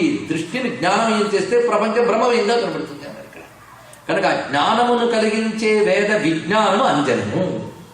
ఆ వేద విజ్ఞానం అనే అంజనం నుంచి ఏ జ్ఞానం కలుగుతుందో అది ఆంజనేయము. ఇది తెలుసుకోవాల్సింది. వేదజనిత విజ్ఞాన స్వరూపమే ఆంజనేయుడు. ఇది గ్రహించవచ్చు. ఇప్పుడు ఈ భావంతో మంత్రం చేయండి, శక్తి ఎలా వస్తుందో. అందుకే తెలిసి రామచింతనతో నామము అన్నాడు. తెలియక చేస్తే శబ్దశక్తి, తెలిసి చేస్తే అర్ధశక్తి. తెలియక చేస్తే ఏమో. అందుకే ఇప్పుడు మనం రెండూ తెలుసుకుని చేద్దాం, ఫలితం తొందరగా వస్తుంది. తెలిసి చేస్తే ఏమొస్తుందయ్యా అంటే ఉపనిషత్తు ఒక అర్థం చెప్పింది. తెలిసి చేస్తే వస్తుంది వీర్యవత్తరం భవతి అన్నాడు ఒకటే. శక్తి తొందరగా వస్తుంది, గొప్పగా వస్తుంది. అందుకే ఇక్కడ నుంచి హనుమాన్ అనగానే మనకి ఎక్కడికి వెళ్ళిపోవాలి? ఓంకార స్వరూపుడు, వాక్ స్వరూపుడు, జ్ఞానస్వరూపుడు, వేదజనితమైన బ్రహ్మజ్ఞానమే హనుమంతుడు. ఇది ఆంజనేయ శబ్దానికి అర్థం. ఇందుకు ఆంజనేయ మంత్రం అయిందండి. కేవలం అంజనాదేవి పుత్రుడు అనేది లీలార్థం, వేదజనిత జ్ఞానస్వరూపం అనేది పరమార్థం. అందుకే ప్రతి దేవతానామానికి లీలార్థ పరమార్థాలని రెండు అర్థాలు ఉంటాయి. ఈ పరమార్థం వల్ల మంత్రత్వం వస్తుంది. ఇప్పుడు తెలిసింది కదా హనుమాన్. అందుకే హనుమాన్ అంటే చాలు ఎందుకు ఇంత శక్తి వస్తుందంటే అందులో అంత మంత్రశక్తి ఉన్నది. ఎన్ని రకాలుగా హనుమాన్ మంత్ర ప్రయోగాలు ఉన్నాయి, చాలా చాలా ఉన్నాయి. ఒకటి మీకు నేను చెప్పాను చివరిలో, పవిత్రం హనుమన్నామ ద్వాదశావృతి మాత్రత ఏ స్మరంతి జనాస్తేషాం కార్యసిద్ధి భవే ధ్రువం అని చెప్పాం. హనుమాన్ అనే పవిత్ర నామాన్ని ఎవరు 12 మార్లు అంటారో వాళ్ళకి కార్యసిద్ధి లభిస్తుంది. ఒక మంత్రాన్ని మనం ఆవృత్తి చేస్తూ ఉంటే ఏమవుతుందంటే మన ప్రాణశక్తితో కలిసి అది వేస్తూ మనలో కొన్ని యోగ కేంద్రాన్ని స్పందింపజేస్తుంది. అందుకే ఆవృత్తి. అందుకు ఒక్కొక్క ఆవృత్తి ఒక్కొక్క నాడీ మండలాన్ని స్పందింపజేస్తుంది. మన శరీరంలో 108 నాడీ మండలాన్ని స్పందింపజేసే శక్తి కోసం 108 సెక్షన్లు చెప్పాయి. ఎన్ని రహస్యాలు ఉన్నాయి వెతికితే, ఊరకే ఏది రాలేదు. అయితే 2 ఉండాలండి. తెలుసుకుని ఓపిక అయినా ఉండాలి, లేదా శుద్ధంగా నమ్మగలిగేటువంటి హృదయమైన ఉండాలి. 2 లేని వాళ్ళు ఎప్పుడూ ధరించలేరు. ఉంటే నమ్మకం పెట్టుకో, లేదా తెలుసుకుని చేయి. 2 లేకుండా అర్థం లేదనకు, నీకు అర్థం కాలేదను, అప్పుడు సంతోషిస్తాం. ఇప్పుడు మనం హనుమాన్ ఆంజనేయ శబ్దములకి 2 నమస్కారం చేసుకుని ఎందుకు ఆ రెండింటిని మహామంత్రములుగా చెప్పారో, మొత్తం స్వామి నామాలు ఎన్నున్నప్పటికీ రెండింటినీ మహామంత్రములుగా మనకు ప్రస్తావన చేసి అందిస్తూ ఉన్నారు. పైగా లోపల ప్రాణవాయు సంచారం వల్లనే శబ్దం పలుకుతుంది. అందుకే వాయుపుత్ర అనడంలో కూడా మనకు అది స్పష్టంగా తెలుస్తున్నది. ప్రాణ అనల సంయోగముచే ప్రణవనాదము సప్తస్వరములై వరగే అంటారు త్యాగరాజస్వామి వారు. కనుకనే ఆంజనేయ స్వామి వారు విద్యాధిదేవత, జ్ఞానాధిదేవత. ఇది ప్రధానం. ఇప్పుడు ఆంజనేయ స్వామి వారికి మరొక విశేషం చూద్దాం. వాక్కును అగ్ని అంటారు కదా, ఇంత లోతుందో చూడండి. అగ్నిముఖావే దేవా అని వేదం అంటారు. అగ్నిముఖావే దేవ. కనుక వాక్కుకి అగ్నికి మన వాళ్ళు ఒక అధిదేవతా లక్షణాన్ని చెప్పారు. రుద్రాభిషేకం చేసి అలవాటు కొందరు ముందు కదా ఇక్కడ మహన్యాసం చేస్తారు. దాని ముందు మహన్యాసం చేస్తున్నప్పుడు అంటారు అగ్నిర్మే వాచిశ్రిత వాగ్హృదయే హృదయం మయి అహమృతే అమృతం బ్రహ్మణి చెప్తారు అక్కడ. అంటే ఏ ఏ ఇంద్రియానికి ఎవరెవరు అధిదేవతలో చెప్తున్నాడండి ఇక్కడ. కనుక దేవతలు అంటే ఏంటో తెలిసింది కనుక ఎందుకు దేవతలను పూజించాలి? ఏదో ఇస్తారని పూజిస్తున్నారండి. ఏదో ఇస్తారని కాదు, ఎన్ని ఇచ్చారని పూజిస్తున్నారు. గుర్తుపెట్టుకోండి. కంటికి అధిదేవత సూర్యుడు, నాలుగేందు తడికి అధిదేవత వరుణుడు, వాక్కుకి అధిదేవత అగ్ని. ఇదివరకటి పుణ్య విశేషాల చేత ఆ దేవతా శక్తులు ఇక్కడ అనుగ్రహిస్తున్నాయి. ఇప్పుడు పుణ్యం పొందిన తర్వాత డ్రాప్ అవుతాయి, సరిగ్గా పనిచేయవు. ఇన్నున్నాయి ఇక్కడ. అందుకే వాక్కుకి అధిదేవత అగ్ని తెలుసుకోండి. వాక్కుకి అధిదేవత అగ్ని. ఇప్పుడు హనుమంతుడు ఎవడు చూడండి, ఒకదానికోదాని లింకు. కొంచెం ఏకాగ్రంగా వింటే ఇంత అందం ఉందా మన సంస్కృతిలోని మీరే ఆశ్చర్యం. ఎంత అందం ఉంది. వాక్కుకి అధిదేవత ఎవరన్నా అగ్నిదేవుడు. అంటే వాక్ అగ్ని అండి. చక్కగా ఉపయోగించుకుంటే వంట వండుకోవచ్చు, సరిగ్గా ఉపయోగించుకోకపోతే కొంప తగలబెట్టచ్చు. వెలిగించేది అది, తగలబెట్టేది అది. వెలగబెడుతున్నారా, తగలబెడుతున్నారా? తగలడండి అనొచ్చు, వెలగబెట్టండి అనొచ్చు, 2 అనొచ్చు. అగ్ని యొక్క లక్షణం అది. వెలగబెట్టేది అగ్ని, తగలబెట్టేది అగ్ని. నువ్వు ఎలా వాడుకుంటున్నావు చూసుకో. పనికిరాని తగలబెట్టడానికి కూడా పనికొస్తుంది కదా. అందుకే అగ్నిని జ్ఞానంతో వాక్కుతో పోల్చడం మనకు ఒక సంప్రదాయం. జ్ఞానాగ్ని దగ్ధ కర్మాణం తమాహు పండితం బుధ. జ్ఞానాన్ని అగ్నితో పోల్చారు, వాక్ అగ్ని అన్నారు. అందుకే వాక్కుని అగ్ని అంత జాగ్రత్తగా వాడుకోవాలండి. సరిగ్గా నియమబద్ధంగా తపస్సుతో శుద్ధం చేసుకునేవాడు వాక్కు వరమవుతుంది, శాపం. వాక్ అగ్ని అంత గొప్పది. అందుకు అగ్ని వాక్కు అదే దేవత. ఈయనెవడు? వాక్ స్వరూపుడు అంటే అగ్నిదేవత. ఎలాగో చూడండి, ఇక్కడ వాయోరగ్ని వస్తుందా? ఉపనిషత్తులు చదివిన వాళ్ళు చూడండి. ఆత్మన ఆకాశ సంభూత ఆకాశాద్వాయు వాయోరగ్ని. వాయువు నుంచి కలిగిన వాడెవడు? అగ్ని. వాయుపుత్రుడు అగ్ని. చూడండి ఎంత సామ్యం. వాక్కు అగ్ని. దేవతల్ని ప్రసన్నం చేసుకోవాలంటే అగ్ని ద్వారా ప్రసన్నం చేసుకోవాలనేవారు. అందుకే అగ్నిహోత్రములు రగిల్చి సర్వదేవతల్ని కూడా అగ్నిహోత్రములంటే మనం ఆరాధన చేస్తూ ఉంటాం. అవునా లేదా? ఇది క్రమంగా వెళుతుంది. ఆ ప్రాసెస్ ఎలా వెళుతుందో మనకి శాస్త్రములు చెప్పి అగ్నౌ ప్రాస్తాహుతి సమ్యక్ ఆదిత్యం ఉపతిష్టతి ఆదిత్యా జాయతే వృష్టి వృష్టేరన్నాస్తథా ప్రజా. యజ్ఞం అంటే ఇదిటండి ప్రాసెస్. మనం ఒక్కొక్క దేవతను ఉద్దేశించి ఆహుతి ఇచ్చినప్పుడు ఆ దేవతకు సంబంధించిన మంత్రం ఉచ్చరించి ఆహుతిస్తాం. ఆ మంత్రములో చెప్పబడ్డ ఆ దేవత ఆ ఆహుతి అగ్ని ద్వారా స్వీకరిస్తుంది. ఈ అగ్ని వెళ్లి ఆదిత్య మండలంలోకి దీన్ని ప్రవేశింపజేస్తే తద్వారా దేవతలందరికీ వెళుతుంది. అంటే ఆదిత్య మండలం దేవతలకి మనకి గేట్ వే లాంటిది. ఎందుకంటే అదొక అగ్నిహోత్రం కాదా? ఏష చైవాగ్నిహోత్రం చ ఫలం చైవాగ్నిహోత్రిణాం వేదాశ్చ క్రతవశ్చైవ క్రతూనాం ఫలమేవ చ. ఎందులోది? ఆదిత్యుడు. అక్కడ అగ్నిహోత్రుడు ఎవరు? అసలు ఆయనకి అన్ని ఇవ్వాలట. ఆయన మనకు అందరు కనుక ఆయన నుంచి వచ్చిన అగ్నితోనే అగ్ని రగిల్చి అమర్తే ఆయనలోకి వెళ్తాడు. అంత పెద్ద రహస్యం ఉంది. అది అగ్నిహోత్ర విద్య గురించి నేను చెప్తే మీకు ఆశ్చర్యం వేస్తుంది. ఈ మధ్య పోలండ్ నుంచి వచ్చినటువంటి ఒకనొక పాశ్చాత్యుడు భారతదేశంలో అగ్నిహోత్రం మీద రీసెర్చ్ చేసి అగ్నిహోత్ర అనే పెద్ద పుస్తకం రాశాడు. ఓపుకుంటే చదవండి. ఇక్కడ రిటైర్ అయిన నాస్తికులు కూడా ఉన్నారు, వాళ్ళు చదవచ్చు. భారతీయులు పనికొస్తాయి ఇవన్నీ. అప్పుడు వాళ్ళు అందరికీ చెప్పచ్చు. ఎంత సైన్స్ ఉందో తెలుసా? అయ్యా, తీసిపారేయడానికి అజ్ఞానం చాలు, అంగీకరించడానికి నమ్మకమైనా ఉండాలి, జ్ఞానమైనా ఉండాలి. రెండు లేకపోతే మన అజ్ఞానాన్ని జ్ఞానాన్ని దబాయించకండి, పొంగిపోకండి, మురిసిపోకండి, గర్వించకండి.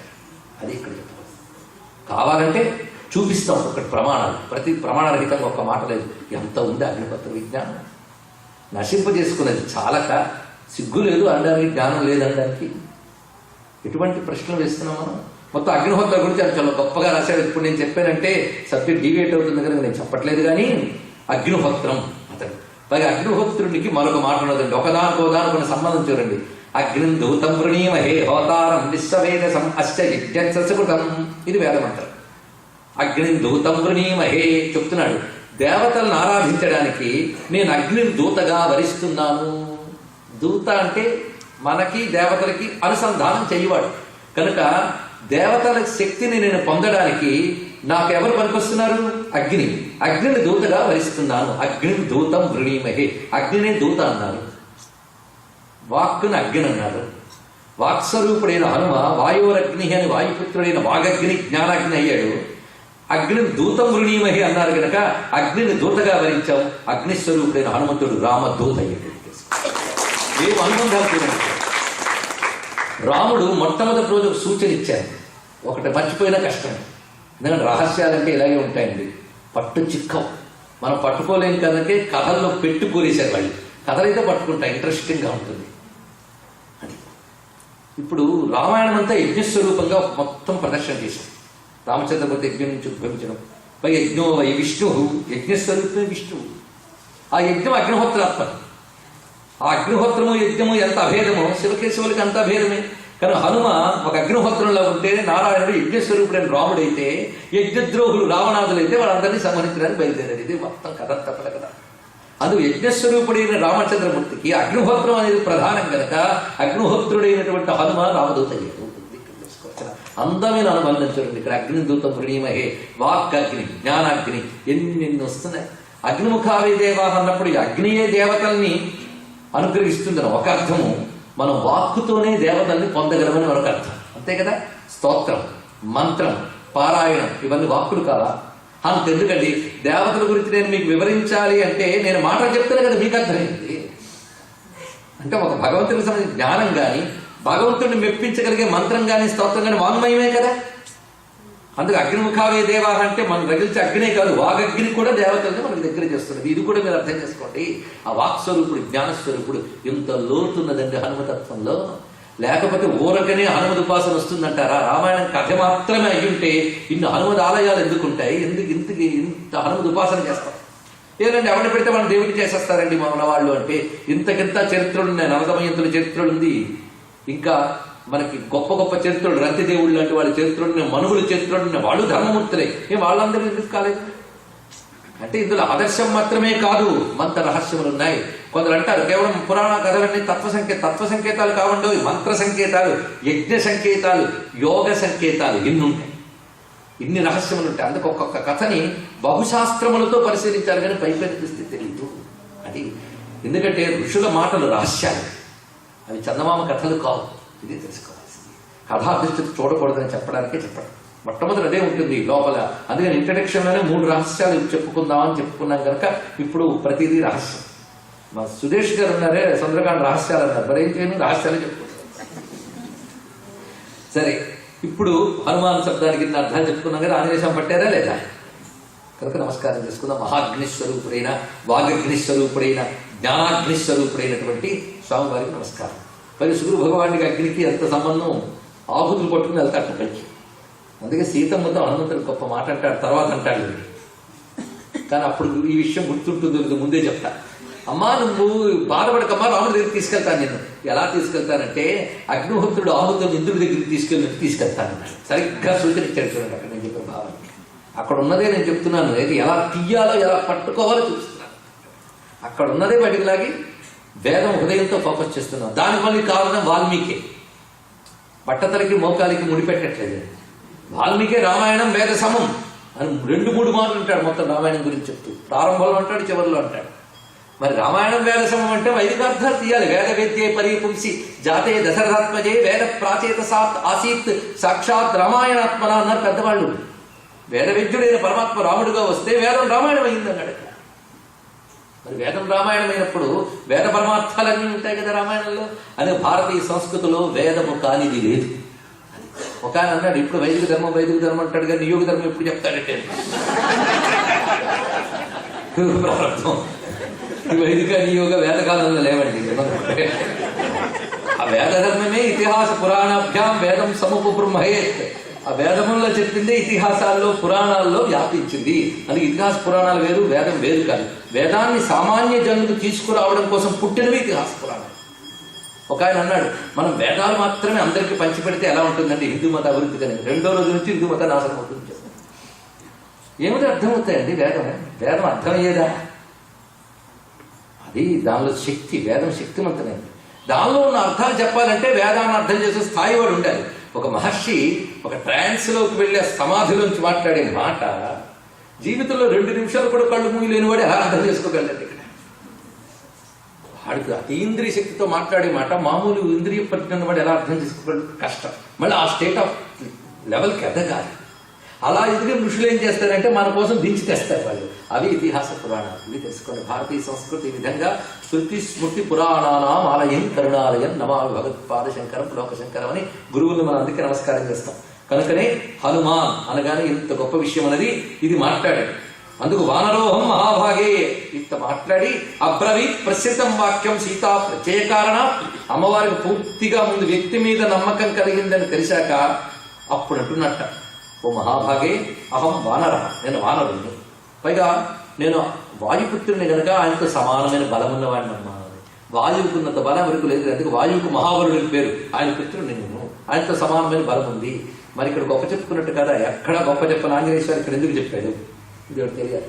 అంటే రామదూత ఇంత మహాబలవంతుడు అంటే తమ కార్యం సులభంగా సాగిపోతున్న నమ్మకం కలిగించడం కోసం చెప్పారు. అందుకు అవతల వారికి నమ్మకం కలిగించడం కోసం ప్రకటించడమే కానీ డప్పాలు కొట్టుకోవడం కోసం కాదన్నమాట.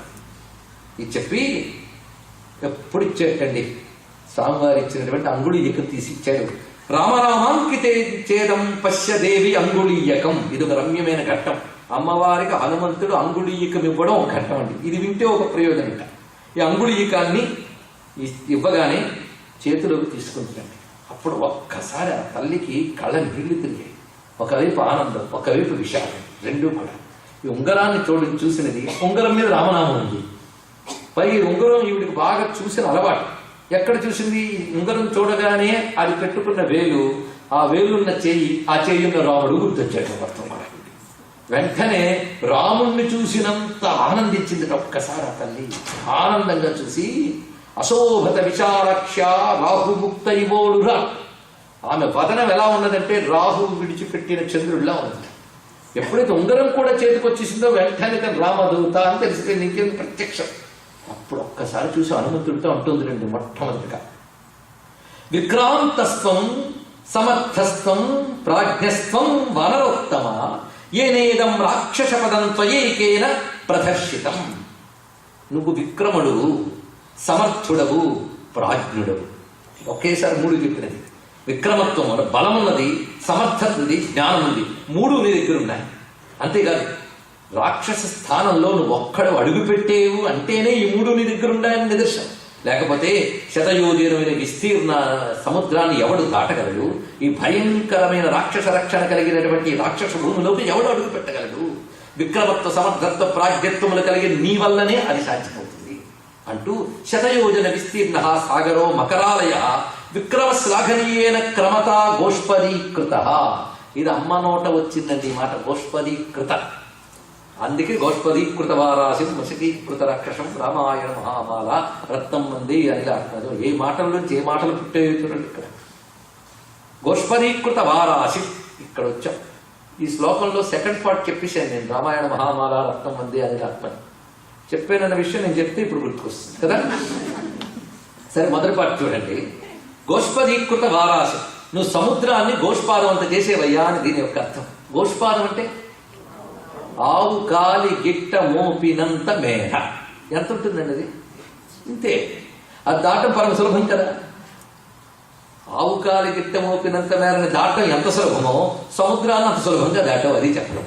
నీకు సముద్రం ఆ మాత్రమే, గోష్పాదం అంతే అన్నాడు. సముద్రం ఆయన గోష్పాదం అంతా. మరి రాక్షసులు మశకీకృత రాక్షసు, దోమలంతా. మనం దోమలు వాళ్తే ఎలా కొట్టాలి, ఏం చేయాలని వ్యూహం పన్నక్కర్లేదు, ఇలా అంటే పడిపోతాయి. మన దోమం తోలు కూడా ఎంత సులభమో రాక్షసులు అంత సులభం కొట్టేయటం మహానుభావుడు. తర్వాత సెకండ్ చేస్తారు. తర్వాత మొత్తానికి స్వామి వారి యొక్క గొప్పతనాన్ని రెండు విధాలుగా చూపించాడు. గోష్పదీకృత వారాసి మశకీకృత రాక్షసం రామాయణ మహామాలారత్నం మంది అని. అది ఎలాగో చెప్పుకున్నాం మనం. ఇప్పుడు స్వామి యొక్క విక్రమత్వాన్ని అమ్మవారు శ్లాఘిస్తూ నహిత్వాం ప్రాకృతం మన్యే వానరం వానర్షభ. తల్లన్నది, నిన్ను నేను సామాన్యుడు అని అనుకోవడం లేదు. ఇప్పుడు ప్రాకృత వానరుడవు కావు, నువ్వు అప్రాకృత దివ్యమంగళ స్వరూపుడవు. ఇది స్పష్టంగా చెప్తాను. నువ్వు ప్రాకృతుడువు కావు. ఎందుకంటే వచ్చిన దగ్గర నుంచి చూస్తున్నాను. యస్యతే నాస్తి సంత్రాసో రావణాన్నాపి సంభ్రమ. ఎంతసేపు మాట్లాడేవి కానీ కంట్లో బెదురు లేదే. ఎందుకంటే రాక్షస భూమిలో మాట్లాడేటప్పుడు ఎక్కడి నుంచి ఎవడు వింటాడు? ఇదిగో రావణుడు వస్తాడు, అటు చూస్తూ అమ్మ సీతమ్మ అంటే ఇటు చూడటం అక్కడ లేదే. నీ కళ్ళకి అది బెదురు లేదు, భయం లేదు. అసలు రావణాసురుడు అంటే భయం కనిపించట్లేదు. అంత ధైర్యంగా నేను మాట్లాడుతున్నావు. అందుకు నువ్వు సామాన్యుడు కావు. ఇక్కడ ఇలా మాట్లాడగలగడం అనేది సామాన్యం కాదు. అయినా రాముడు పంపాడంటే సామాన్యులు పంపిస్తాడా? మళ్ళీ వాళ్ళ ఆయన గొప్ప. ఎంత గొప్పగానని ప్రేషయిష్య దుర్ధర్షో రామో నహ్య పరీక్షితం. పరీక్షించకుండా పంపించరయ్యా. పరాక్రమం అవజ్ఞాయ మత్ సకాశం విశేషత. నా దగ్గరికి పంపాడంటే యోగ్యుడినే పంపిస్తాడు. ఈ మాటలోనే ఎంత ఉన్నదండి. అమ్మను చూడాలి అంటే ఎంత యోగ్యత ఉండాలో ఇది ఉపాసన పరంగా అందుకుంటే. ఆ త్రిపుర సుందరి దర్శనం ఎలా జరుగుతుంది? మొన్నటువంటి మనం శ్రీ విద్యా రహస్యములు సుందరకాండలో చెప్పుకుంటూ వస్తున్నాం, అవునా లేదా? నిన్నంతా తల్లి ఎలా కనబడింది మనకి, మొన్న సాయంత్రం ఎలా కనబడింది? శ్రీ విద్యాధిదేవతగానే గోచరించిందా లేదా ప్రత్యేకంగా? అందుకు అది ఎవరికి దొరుకుతుంది? మత్ సకాశం విశేషత. విశేషించి నా దగ్గరికి రావాలంటే యోగ్యుడు కాకపోతే రాలేడు. అది ఇక్కడ చెప్పడం. అంటే అమ్మవారి పరంగా మనం పరిశీలిస్తే ఆ విధమైన యోగ్యత కలిగి వచ్చినటువంటి గొప్ప సాధకుడే హనుమ. ఇప్పుడు ఇలా కుశలీయది కాకుస్త. గొప్ప మాటలు. దిష్ట్యాస కుశలీ రామో ధర్మాత్మ సత్యసంగర. తల్లి మాటలు ఎంత గొప్పగా ఉన్నాయి. ఇప్పుడు ఉంగరం కూడా వచ్చేసింది. ఎప్పుడో ఆవిడకి ఎన్ని గుర్తొచ్చాయో. రాముడి పరాక్రమం, తనపై ఉన్న ప్రేమ అన్నీ చూసి రాముడు క్షేమంగానే ఉన్నాడా అన్నది. ఆ ప్రశ్న చాలా చిత్రంగా వచ్చింది. క్షేమంగా ఉన్నాడని ముందే చెప్పాడు కదా, మరి క్షేమంగా ఉన్నాడా అని అడగడంలో అర్థం ఏమిటి? వివరణ ఆవిడే ఇచ్చిందండి. క్షేమంగా ఉంటే ఇంత ఆలస్యం ఎందుకు చేశాడు అన్నది గొప్ప విషయం. ఆయన ఆరోగ్యంగా బాగా ఆనందంగా ఉంటే ఇంతవరకు ఆగడు, వెంటనే వచ్చి నన్ను కాపాడుతాడు అని ప్రేమ నాకు తెలుసు. అంత ప్రేమ ఉన్నవాడు ఇంత ఉపేక్ష చేస్తాడు. ఎందుకు నన్ను ఉపేక్ష చేస్తున్నాడు? ఎందుకు రావడం లేదు? ఎందుకు కాపాడలేదు? ఇంత ఆలస్యం చేయదు. ఆయన ప్రేమ తెలుసు, ఆయన సమర్థత తెలుసు, రెండు తెలుసు నాకు. ఆ రెండు ఉన్నటువంటి వాడు ఇంత ఆలస్యం చేస్తాడా? ఒకవేళ ఆలస్యం చేసేడు అంటే అసలు క్షేమంగానే ఉన్నాడా? అది అడిగిందనమాట. అడిగినప్పుడు క్షేమంగా ఉన్నాడా? రాజు చేయవలసినవన్నీ చేస్తున్నాడా? సరైన మంత్రబలాన్ని పెంచుకుంటూ ఉన్నాడా? సరైన స్నేహితులను పొందుతున్నాడా? మొత్తం రాజనీతి చెప్తుందండి ఇక్కడ తల్లి వరుసగా శ్లోకముల్లో. చూసి ఆశ్చర్యపోతాడు. ఇదే ఈ తల్లి ఏదో కూర్చుని దుఃఖపడే దీనురాలు కాదు, రాజనీతిజ్ఞురాలు. మొత్తం రాజనీతి చూపిస్తుంది ఇక్కడ. రాజైన వాడు తనదైనది అపహరింపబడినప్పుడు ఏ విధమైన వ్యూహరచన చేస్తాడో మొత్తం వివరిస్తుంది. అవన్నీ చేస్తున్నాడు రాముడు. ఒక ప్రయోజకుడైనటువంటి పురుషుడు, క్షత్రియ పురుషుడు ఏం చేయాలో అవన్నీ చేస్తున్నాడా? మిత్రబలాన్ని పెంచుకుంటున్నాడా? లేక నన్ను మర్చిపోయాడా? ఇలాగన్నదండి. అనగానే వెంటనే అన్నది, అమ్మా నా త్వామి హస్తాన్ జానీతే రామ కమలలోచనే. అమ్మా ఎంత ఆలస్యం ఎందుకు అయిందంటే నువ్వు ఎక్కడున్నావో తెలియకపోవడం వల్ల ఆలస్యమైంది, ఇంకేం కాదు తల్లి. వెంటనే చెప్పాడు. ఇప్పుడు ఇంకా తెలిసింది కదా, తెలిసింది కనుక వెంటనే రామచంద్రమూర్తి వస్తాడు, నేను రక్షిస్తాడు. ఏమోనైనా చూసేవుగా, వెళ్ళి చెప్పు, నేను చూసినప్పటికీ సీతమ్మ బతుకుందని చెప్పు. మాట 10 నెలలు నిదురలేకయు 10 నెలలు తిండి లేక బ్రతికి తిననగా. మరి ఇంతకాలం ఎందుకు బతికానో తెలుసా? తిండి తిప్పలు లేకుండా. రాముడి గురించి తెలుసుకోవాలని ఇంతకాలం బతికానికి, దేనికి బతకలే, నా బతుకు రాముడి కోసం. ఇప్పుడు రాముడు వార్త వచ్చిందిగా, అది రామవార్త మరి వినియదనని బతికియున్నదా విన్నాను మరియు నీలా బ్రతుకను. చాలే, ఇంకా 2 నెలల గడువులో ఏ వింతరేం జరిగిపోగాని రాముడు క్షేమని వార్త విని శరీరం చరిస్తాను. వెళ్ళి చెప్పు, వార్ధి దాటినాను వసుధాత్మజాతనము చూచినాను నేను చూచినప్పుడు బ్రతికియుండే సీత పరభక్తురాలంచు చెప్పు మా హనుమ పైన ఏమి చెప్పగలను. ఈ మాట తీరు చూసి ఆంజనేయ స్వామి అనుకుంటున్నట్ట, నేను అనుకున్న సామాన్య స్త్రీ కాదు. ఇక్కడ విశ్వనాథ వారు హనుమంతుడు సీతమ్మను చూసి ఆశ్చర్యపోయి అనుకున్న మాటలు రాస్తున్నారు. ఈమె యోగిని, నిర్మమురాలు, నీతి విశారద, యుద్ధనీతి కుశల, భక్తురాలు, దీనురాలు. మొత్తానికి ఈమె యొక్క నూతన అగ్నిశిఖ అని భావించేవారు. ఎంత గొప్ప మాట చెప్పాడు. నేను నూతన అగ్నిశిఖ, సామాన్యురాలు కాదు. వెంటనే భావించాడు. అప్పుడు అన్నట్ట, అమ్మా నువ్వు అలా మాట్లాడక తల్లి, నువ్వు ఇప్పుడు రామచంద్రమూర్తి తెలుసుకున్నాడు కనుక, పైగా మొత్తం సేనలు తయారవుతున్నాయి, రెడీగా సిద్ధమవుతున్న వ్యూహరచన జరుగుతోంది. నన్ను ఇక్కడికి పంపారు. అక్కడ సుగ్రీవాదులు రామచంద్రమూర్తి యొక్క ఆజ్ఞలో, ఆయన కనుసన్నల్లో, ఆయన సైగలతో, ఆయన ప్రణాళికతో మొత్తం వానర సేనలు ఒక్కొక్కరు తీర్చిదిద్దబడుతున్నారు తల్లి. వాళ్ళందరూ అతి త్వరలో ఇక్కడికి వస్తున్నారు. ఆ రామచంద్రమూర్తి లక్ష్మణ సైతులై వేసే బాణాలకి మొత్తం ఈ సముద్రం కూడా లొంగిపోతుంది. ఈ లంకలో ఉన్నటువంటి అసురులందరూ సంహరింపబడతారు. మొత్తం రామచంద్రమూర్తి విజయం సాధిస్తాడు. రామచంద్రమూర్తి సహితంగా నువ్వు అయోధ్యకు వెళ్ళి పట్ట కట్టుతావు తల్లి, అందులో సందేహం లేదు. రామచంద్రమూర్తి నన్ను గుర్తుపెట్టుకున్నాడా అని అడుగుతున్నావే, అసలు నిన్ను మర్చిపోవడం అనేది నేను చూడలేదమ్మా అన్నాడండి. అంత గొప్పగా మాట్లాడతాడు. నీ విరహంలో రామచంద్రమూర్తి ఎంత ఆర్తితో ఉన్నాడో మేము చూసాం తల్లి. రాఘవో నా భుంతే, ఆయన సరైన ఆహారాన్ని కూడా ఎప్పుడు తినడం మేము చూడలేదు. ఒక మధురమైన పదార్థాలు ఏవి ఆయన భుజించలేదు. ఎప్పుడైనా ఆయనకి ఏదైనా రుచికరమైన పదార్థం కానీ, చక్కని ఫలం కానీ, ఒక అద్భుతమైన కుసుమం కానీ, అద్భుతమైన దృశ్యం కానీ చూస్తే సీత ఇది చూస్తే ఎంత ఆనందిస్తుందో, సీతకి ఇది చాలా నచ్చుతుంది అనుకుంటూ ఏమీ తినకుండా వదులుతున్నాడు. ఒక రమ్యమైన దృశ్యం చూస్తే సీతా సహితంగా చూస్తే ఎంత బాగుండేదో అనుకుంటున్నాడు. ఇలా అడుగడుగునా నిన్నే తలుచుకుంటున్నాడు తల్లి. అంతేకాదు, ప్రాణధారణ కోసమని ఏవో కొన్ని ఫలములు తింటున్నా ఆ ఫలముల్లో 5వ భాగం తింటున్నాడు. ఎంత సంప్రదాయాన్ని చెప్తున్నాడు చూడండి. అందుకే జాగ్రత్తగా చదవాలి. ఎక్కడి నుంచో రావడం, ఎలా పెడితే అలా కూర్చోవడం, ఈ చెయ్యి ఆ చెయ్యి అని తేడా లేకుండా అన్ని కలిపి మింగేయడం అనే పాశవిక ప్రవర్తనలో వెళ్ళిపోయాం. ఒకప్పుడు మన సదాచార భోజనం ఎలా ఉండేదో తెలుసు. ఒక నాగరికతని ఋషులు సాధించితే దాని నుంచి మనం కింద పడిపోయి అనాగరికతనే ఆచారం అనుకుంటున్నాం. ఇవన్నీ మందలిస్తున్నాను కాదు, ఏ ఒక్కడైనా స్పందించి ఆచరిస్తాడేమో. అంతే కదండి. ఇక్కడ రాముడు ఎలా తినేవాడో చెప్తున్నాడు. ఇక్కడ ఆ కొద్ది తిన్నా ప్రాణరక్షణ కోసం ఏవైతే తిన్నా, వన్యం సువిహితం నిత్యం భక్తం అశ్నాతి పంచమం. 5వ భాగమైన భక్తం. భక్తం అంటే భోజనం అండి. అది కూడా వన్యం. అది మంచి వంటలు వండిన వన్నములు కాకుండా ఆ అరణ్యముల నుంచి వచ్చే కందమూలాదులు ఇవి పంచమ భాగమే తినేవాట. పంచమ భాగం అంటే ఏంటో చూడండి. ఇక్కడ భోజనాన్ని 5 భాగాలు చేయట. మొదటి భాగం దేవతా నివేదన చేయాలి, ఇంకోటి పితృదేవతకు నివేదన చేయాలి, ఇంకోటి అతిథులకు పెట్టాలి, మరొక భాగం ఇతర భూతగణములకు ప్రాణికోట్లకు పెట్టి ఈ నలుగురికి పంచగా మిగిలింది వాడు తినట్టండి. దీన్ని 5వ భాగము భక్తమస్నాతి పంచమం అంటే ఇదే అర్థం. ఇది భారతీయులు తిండి తినే విధానం. ఇలా కాకుండా వాడి కోసం వాడు వండుకు తింటే పాపం తింటున్నాడని కృష్ణ పరమాత్మ గీతలో చెప్తున్నాడు. తే అఘం భుంజతే మూఢాహ ఏ పచంచాత్మకారణ. మళ్ళీ మనం గీతా క్లాసెస్కి వెళ్తాం. గీతా పాఠం అనకూడదండి, మళ్ళీ సంప్రదాయం అయిపోతుంది. గీతా క్లాసు, వేదా క్లాసు, యోగా క్లాసు ఏం చేస్తాం. మరి గీతలో స్వామి చెప్తున్నాడు ఇక్కడ. లేకపోతే ప్రతివాడు వాడి కోసం వాడు వండుకు తినేవాడు, భగవంతుని నివేదించకుండా తినేవాడు ఏమి తింటున్నాడయ్యా అంటే శుద్ధమైనది కానీ తింటున్నట్టు. మొత్తానికి ఈ విధంగా చెప్తూ పైగా రామచంద్రమూర్తి ఆర్తిలో ఏ మధుర పదార్థం తినట్లేదు. పైగా నైవ దంశాన్ నమశకాన్ నకీట నసరీసృప రాఘవోపనయేద్గాత్రాత్మద్గతేన అంతరాత్మన. ఆ శరీరంపై కీటకాలు వచ్చి కాటు వేస్తున్నారు, పాములు లాంటి పాకుతున్నా కూడా ఆయనకు తెలియట్లేదమ్మా శరీరం గురించి. నీ చింతనలో పడి తన శరీరం ఏ క్రిమి కీటకం బాధిస్తున్నా పట్టించుకోవట్లేదు. అలా ఆర్తితున్నాడు. ఆయన నిద్రపోవడం లేదు తల్లి. ఎప్పుడో ఒకసారి కొనికిన హే సీతే ఒక్కసారి నిద్రలు వేస్తున్నాడమ్మా వెంటనే. అది చూపిస్తున్నాడు ఇక్కడ. అనిద్ర సతతం రామ సుప్తోచిత నరోత్తమ సీతేతి మధురాం వాణి వ్యాహరం ప్రతిబుధ్యతే. సీతానుకుంటూ వెంటనే లేస్తున్నాడు. నిత్యం ధ్యానపరో రామో నిత్యం శోకపరాయణ.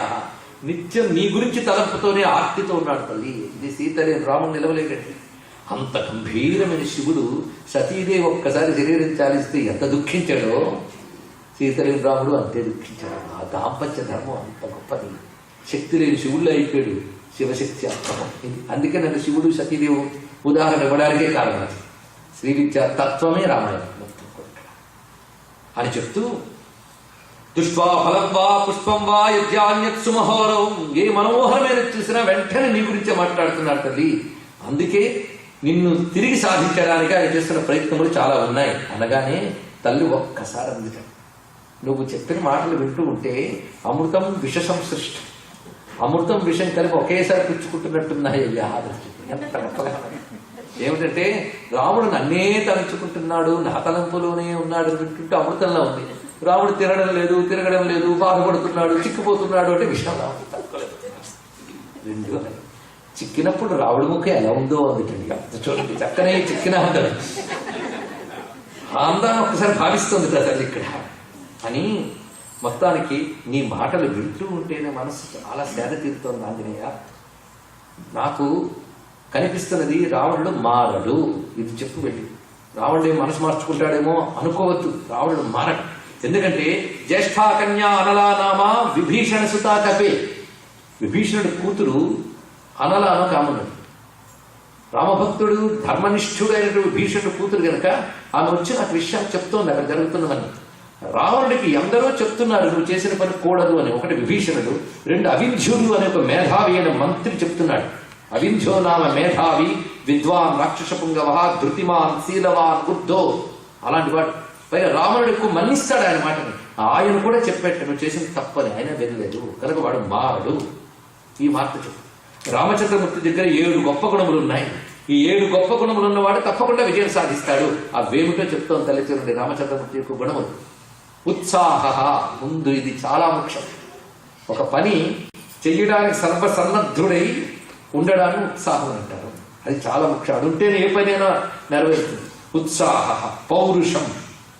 పౌరుషం అంటే ప్రయత్నశీలత, ఎఫర్ట్.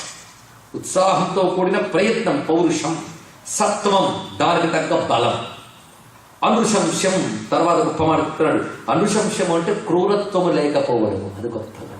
అక్రూరత్వము. అంతేకాదు కృతజ్ఞత. ఆయన దగ్గర గుణములు చూడండి.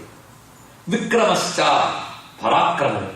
ప్రభావశ్చ, ప్రభావం అంటే అవతల వాడిపై తన బలం పనిచేసేటట్టు చేయడం. ఇది ప్రభావం అనేటువంటిది. ఇవన్నీ ఉన్నాయి 7 గుణములు. సంతివానర రాఘవే. రామచంద్రమూర్తి ఎందున్న గుణములు. ఇప్పుడు రాముడు గురించి ఎన్ని వచ్చాయి చూడండి. రాముడు అందగాడు. రమణీయత్వాత్ రామ కదా. రమణీయమైన వాడు రాముడు. ఇది అర్థం.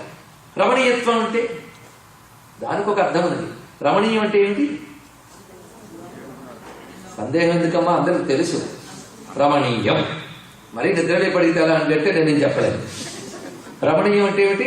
అందం కదా. కానీ ఏ అందాన్ని రమణీయం అనాలి? సుందరం అన్నా అందమే అన్నాం, కానీ ఏ అందాన్ని సుందరం అన్నారన్నాం. రమణీయం అంటే ఏమిటి, కమనీయం అంటే ఏమిటో తెలియాలి. శబ్దాలు వాడటం కాదు. కమనీయం అంటే కోరుకునేది కమనీయం, కామించేది కమనీయం. రమణీయం అంటే చెప్తున్నాడు ఇక్కడ, క్షణం క్షణం యన్నవతాముపైతి తదైవ రూపం రమణీయతాయా. ఇది నిర్వచనం.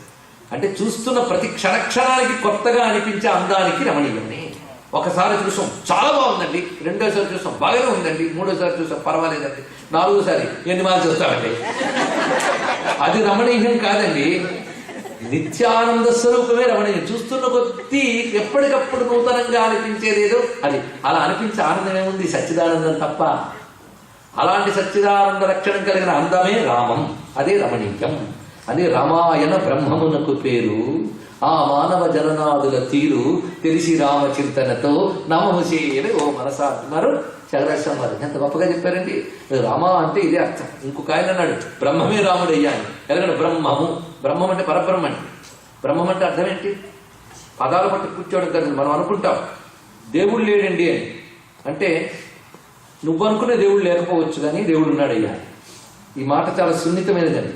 అంటే దేవుడు లేడని వాడు అన్నాడంటే దేవుడు అంటే వాడికి డెఫినేషన్ ఉంది. ఆ డెఫినేషన్ అనుకుని ఆ దేవుడు లేడు అంటున్నాడు. కానీ దేవుడు ఉన్నాడు అని చెప్పేవాడి దృష్టిలో డెఫినేషన్ అది అయి ఉండకపోవచ్చుగా. ఇది ఆలోచించండి. ఇక్కడ వాడి డెఫినేషన్ ఏమిటి అది తెలుసుకుని ముందు మాట్లాడాలి. మన దృష్టిలో దేవుడు అంటే ఏదో పరలోకమునందున్న ప్రభువు, వాడు గమనించి చుండును, లోకులను పాపులను నరకములకు పోవచుండును, అది కాదండి మన దేవుడు. ఇది గుర్తుపెట్టండి. బృహత్వా బ్రహ్మణత్వా ఇది బ్రహ్మ. బ్రహ్మశబ్దానికి అర్థం తెలియాలి. ప్రతి దేవతానామానికి అర్థం తీస్తే పరబ్రహ్మవాచకం. అందుకే పరబ్రహ్మవాదం ఉంటుంది. ఎప్పుడు చెప్పదు బ్రహ్మవాదం. అది అక్కడికి వచ్చినప్పటికి సర్వదేవతలతో కలిసిపోతారు.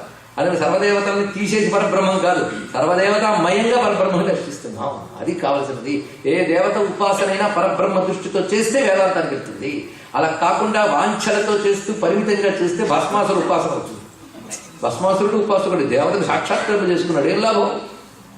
పరబ్రహ్మ దృష్టి లేదు. అది ఇక్కడ తపస్సు అయితే గట్టిగా చేశాడు, కానీ బ్రహ్మభావం లేదు. అది వచ్చిందండి. బ్రహ్మభావనతో చేస్తే శివుణ్ణి చూస్తే ధరించుకోడు. వచ్చింది ఇది బాగా. ఇవి ఆలోచించవలసినవి ఎన్ని ఉన్నాయో తెలుసుకోండి. బ్రహ్మ అంటే బృహత్వ బ్రహ్మణత్వ, the biggest and all pervading. ఇది అర్థం అండి. ది బిగ్గెస్ట్, అన్నిటికంటే ఏది గొప్పదో, ఏది సర్వవ్యాపకమై ఉన్నదో అది బ్రహ్మము. ఇది అర్థం.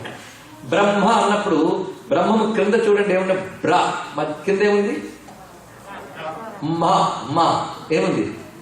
బయటికి లాగండి రామ, అంతే అన్నాడు. బ్రహ్మములోనిదే రామము. ఎంత గొప్పగా చెప్పాడు చూడండి మహానుభావుడు. అది బ్రహ్మం కాళ్ళు పట్టుకుంటే అదే రామం. క్రింద ఉన్నాయి గొప్పగా ఉన్నది చూడండి ఎన్ని విషయములు. రామము అంటే పరమసుందరము కదా. పరమసుందరం ఏది? పరమానందం. ఏది? సచ్చిదానందం. పైగా సృష్టిలో మనం అంటాం కానీ రాముడు లాంటి వాడు ఎవరైనా ఉంటాడంటే అసలు కష్టం కదా. ఎందుకంటే అందగాడు అని కదా అర్థం. దేంట్లో? కొందరు రూపంలో చాలా అందగాడు. రాముడు మహారూపసి, గొప్ప అందగాడు. నిన్ననే వర్ణించాడు ఎవరు? ఆంజనేయ రూపంలో మహా అందగాడండి. కొందరికి అందమైన రూపం ఉంటుంది కానీ బుద్ధి బాగోదు. ఏం చేస్తాం? కొందరు మంచి బుద్ధి ఉంటుంది కానీ తెలివితే ఎట్లుంటారు. కొందరు మూడు ఉంటాయి కానీ ఉత్తే పడిపోతాడు. ఏం లాభం? కొందరికి అన్నీ ఉంటాయి కానీ ఏమిటో ఏవి కలిసి నిష్ప్రయోజకుడు ఎక్కుతాడు. అవునా లేదా? అన్ని అందాలు అక్కడ దగ్గర ఉండవండి. ఉంటే ఇట్స్ అన్నేచర్, అంతే కదా. ఉంటే ఎంత బాగుంటుంది. కానీ పర్ఫెక్ట్ హ్యూమన్ బీయింగ్ అనేవాడు ప్రపంచంలో ఉండడు. కానీ పర్ఫెక్షన్ కావాలనుకోని హ్యూమన్ బీయింగ్ ఉండడు. ప్రతివాడికి పర్ఫెక్ట్గా ఉండాలని ఉంటుంది, కానీ అంత పర్ఫెక్ట్గా ఉండాలనుకుంటే కొంత ఉండగలదు. అది అసలు పర్ఫెక్షనే లేదండి అనుకుంటే అసలు ఏమి ఉండదు. గుర్తుపెట్టుకోండి. పర్ఫెక్ట్ హ్యూమన్ బీయింగ్ కావాలి అంటే దేవుడే దిగి రావాలండి. అలా దిగి వచ్చిన దేవుడే రాముడు. ఒక్కడు రాముడు ఇంటికి కూడా పరిపూర్ణమైన మానవుడు ఎలా ఉండాలో చూపించడానికి భగవంతుని దిగి రావాలి. అందుకే ఆయన చూపించాడు వాల్మీకి. మీరు మానవులు కదా, మీరు పరిపూర్ణమైన మానవుడిని ముందు ఉంచుకుని ఈయన్ని ఆరాధించండి, ఈయన్ని ఆదర్శంగా తీసుకుని ఉపాసించండి. ఆయన పర్ఫెక్ట్. 100 మార్కులు ఎదురుగా ఉంటే 30 మార్కులు ఏమో వస్తాయి. అందుకు 100 మార్కులు వాడిని ఎదురుగా పెట్టి మనల్ని వెళ్ళమన్నాడు. వాడి సాధన బట్టి ఒకటి 30 మార్కులు, ఒకటి 90 మార్కులు, వాడి ర్యాంకులు కూడా వస్తాయి. మన ముందే 30 మార్కులు వాడు ఉంటే మనం 3 మార్కులతో సరే. అందుకే మన ఆదర్శంగా ఇలాంటి వాళ్ళు కాదండి నాయకులు. మరెవరంటే దొంగరాముడు, 10 హత్యలు చేసి వచ్చిన వాడు హీరోలు. వాళ్ళని చూసి మనం చప్పట్లు. మన ముందు అలాంటి నీచ పాత్రలు కనబడుతుంటే ఉదాత్తత లేని వాళ్ళు, ధీరోదాత్తత లేని నీచ చరిత్ర వాళ్ళు నాయకులైతే బతుకులు ఏమవుతాయి? అందుకే మహానుభావుడు ఒక ఆయన అన్నాడు, ఎప్పుడు రామాయణమేనా అండి? సంస్కృతంలో వచ్చిందండి ఇది ప్రశ్న. సంస్కృతంలో కవి వేస్తున్నాడండి. సంస్కృతంలో తెలుగులో అంటూ వదిలేస్తాం కానీ వాల్మీకి అందరి వాడు సంస్కృతంలో రామాయణం రాసి మరొకరు పెన్న పట్టుకోవడానికి దమ్ముండాలా? కానీ పట్టుకుని రాసేట. కాళిదాసు రాశాడు, ఇంకో ప్రతివాడు వణుకుపోయాడు వాల్మీకి తర్వాత రాయడానికి, అయినా రాసేట. ఒక ఆయన అంటున్నాడు, సరే మీరు చెప్పినట్టు నేను రామకథ కాకుండా కొత్త కథ రాస్తాను కానీ రాముళ్ళని నాయకుడిని చూపించినప్పుడు రాస్తాను. దీని అర్థం ఏంటి? రాముడు రాముడేనండి. అందుకే రామా నీ మాటే మాట, రామా నీ పాటే పాట. రాసిన రామచంద్రు కథ రాసి వంచనిపించుకో, వృధాయాసముగాక కట్టుకథ లైకమా పరమా అటంచుతా చేసిన తండ్రి ఆజ్ఞయును జీవుని వేదన రెండు నేకమై నా సకలోక వైభవ సనాథము నాథకథను రచించదని అన్నారు విశ్వనాథ కల్పవృక్షంలో. నాన్న అన్నట్ట రాసేనంటే రామకథ రాసేనిపించుకోయ్యా, పిచ్చి పిచ్చి కథలు కాకరకాయలు ఏమి ప్రయోజనం అన్నట్టు వాళ్ళ నాన్నగారు. నాన్నంటే రాసేదన్నా, నాన్నగారు అన్న ఆజ్ఞకి నా జీవుని వేదన తోడై రామాయణం రాశారు. అందుకు జన్మ చరితార్థం చేసుకునేవాడు, భావించగలిగే శక్తి ఉన్నవాడు రాముడిని భావించాలండి. రాయగలిగే శక్తి ఉన్నవాడు రాముడిని రాసుకోవాలి. రామాయణం రాకపోతే రామకోట రాసుకోవాలి. నేను చేస్తాను ఎలా అవుతానేగా, రామరాత రామకూత ఈ రెండుంటే చాలు. రాముని మాట, రాముని చేష్ట, ఇంకేం కావాలి మనకి? అందుకు రామం అనగానే ఇంత అందమైనటువంటి భావం వచ్చింది. అందుకే అందాన్ని ఉపాసిస్తే అందంగా ఉంటామండి, వికారాన్ని ఉపాసిస్తే వికారం. అందుకే ఇంత సౌందర్యవంతుడిని ఉపాసిస్తే మనసుకు కొన్ని సుగుణాలు రావు. అందుకే రామమైన ఆ స్వరూపాన్ని ఒక్కసారి నీ సొగసు, నీ మనసు, నీ దినుసు వేరే లావణ్య రామ అంటారు జగదశమ్మ. అటువంటి భవ్యమైన ఆ రామమూర్తి యొక్క లక్షణాన్ని తల్లి చెప్తున్నది. ఉత్సాహ పౌరుషం సత్వం అనుశంసం కృతజ్ఞత విక్రమశ్చ ప్రభావశ్చ సంతివానర రాఘవే అని చెప్తూ రాముడు ఎంత పరాక్రమవంతుడో తెలుసా అంటూ అక్కడ జనస్థానంలో 14,000 మంది రాక్షస వీరులను ఒక్కడి కొట్టాడు తెలుసా. నేను చూశాను కళ్ళ. ఆ రమ్యమైన ఘటన మర్చిపోగలనా? ఆ శూర్పణఖ వచ్చి వెలువికారాలు చేస్తే రామచంద్రమూర్తి లక్ష్మణస్వామి చేతి శిక్షింపజేశాడు. ఆవిడ వెళ్ళి మొరపెట్టుకోగానే అక్కడ ఉన్న కరదూషణులు అందరూ వెనుకొచ్చారు. కరదూషణుడు, త్రిశిరుడు మొదలైన రాక్షసులు 14,000 మంది. రామచంద్రమూర్తి ఆ వస్తున్న వాళ్ళని చూసి లక్ష్మణస్వామితో చెప్పాడు, ఇదిగో సీతమ్మ భయపడుతుంది, వీళ్ళ గుహలో దాచి అక్కడ ఉండు, నేను కొడతానన్నట్ట. వాళ్ళు వస్తూ ఉంటే అంచనా వేసేటండి వస్తున్న వాళ్ళని, ఇలా ధనుసు తీసేట. సీతమ్మ ఏంటంటే రాముడి పరాక్రమం ఎప్పుడు చూడలేదని ఆ గుహలో పెట్టిన తొంగి చూస్తుంది, ఎలా కొడతాడో చూద్దాము. తులసీదాస్ గారు అందంగా వర్ణిస్తున్నారు ఇక్కడ సన్నివేశాన్ని. అప్పుడు రామచంద్రమూర్తి ధనుసు తీసేట. మరి అతని చేత జపమేనా? ఆ ధనుస్సేన అసలు ఎక్కడ పట్టాడు? అంత అలవోగ్గా పట్టేట. ఒక్క బాణం పెట్టడం కనబడింది. చిత్రం ఏంటంటే మళ్ళీ ఆపి మరొక బాణం వేయడం కనిపించట్లే. బాణ పరంపరలు పుంఖాలుగా వస్తున్నాయటండి ధనుస్సు నుంచి. ఆ వస్తున్న వాళ్ళ రాక్షసుల వేగాలను అంచనా వేస్తూ కొడుతున్నాయట. అలాంటి ధానుష్క విద్య ఎవరి దగ్గర ఉంది? అందుకే ఆయన పేరు కోదండరాముడు. సామాన్యమా అందరికీ కోదండరాముడు అన్నారు. ధనుర్విద్యలో నేర్పరులు ఎందరో ఉండొచ్చు కానీ అందరూ కోదండరాముడు కాదు. అంత అర్జునుడు గొప్ప ధానుష్కుడైనా కోదండార్జునుడు అనలేదండి.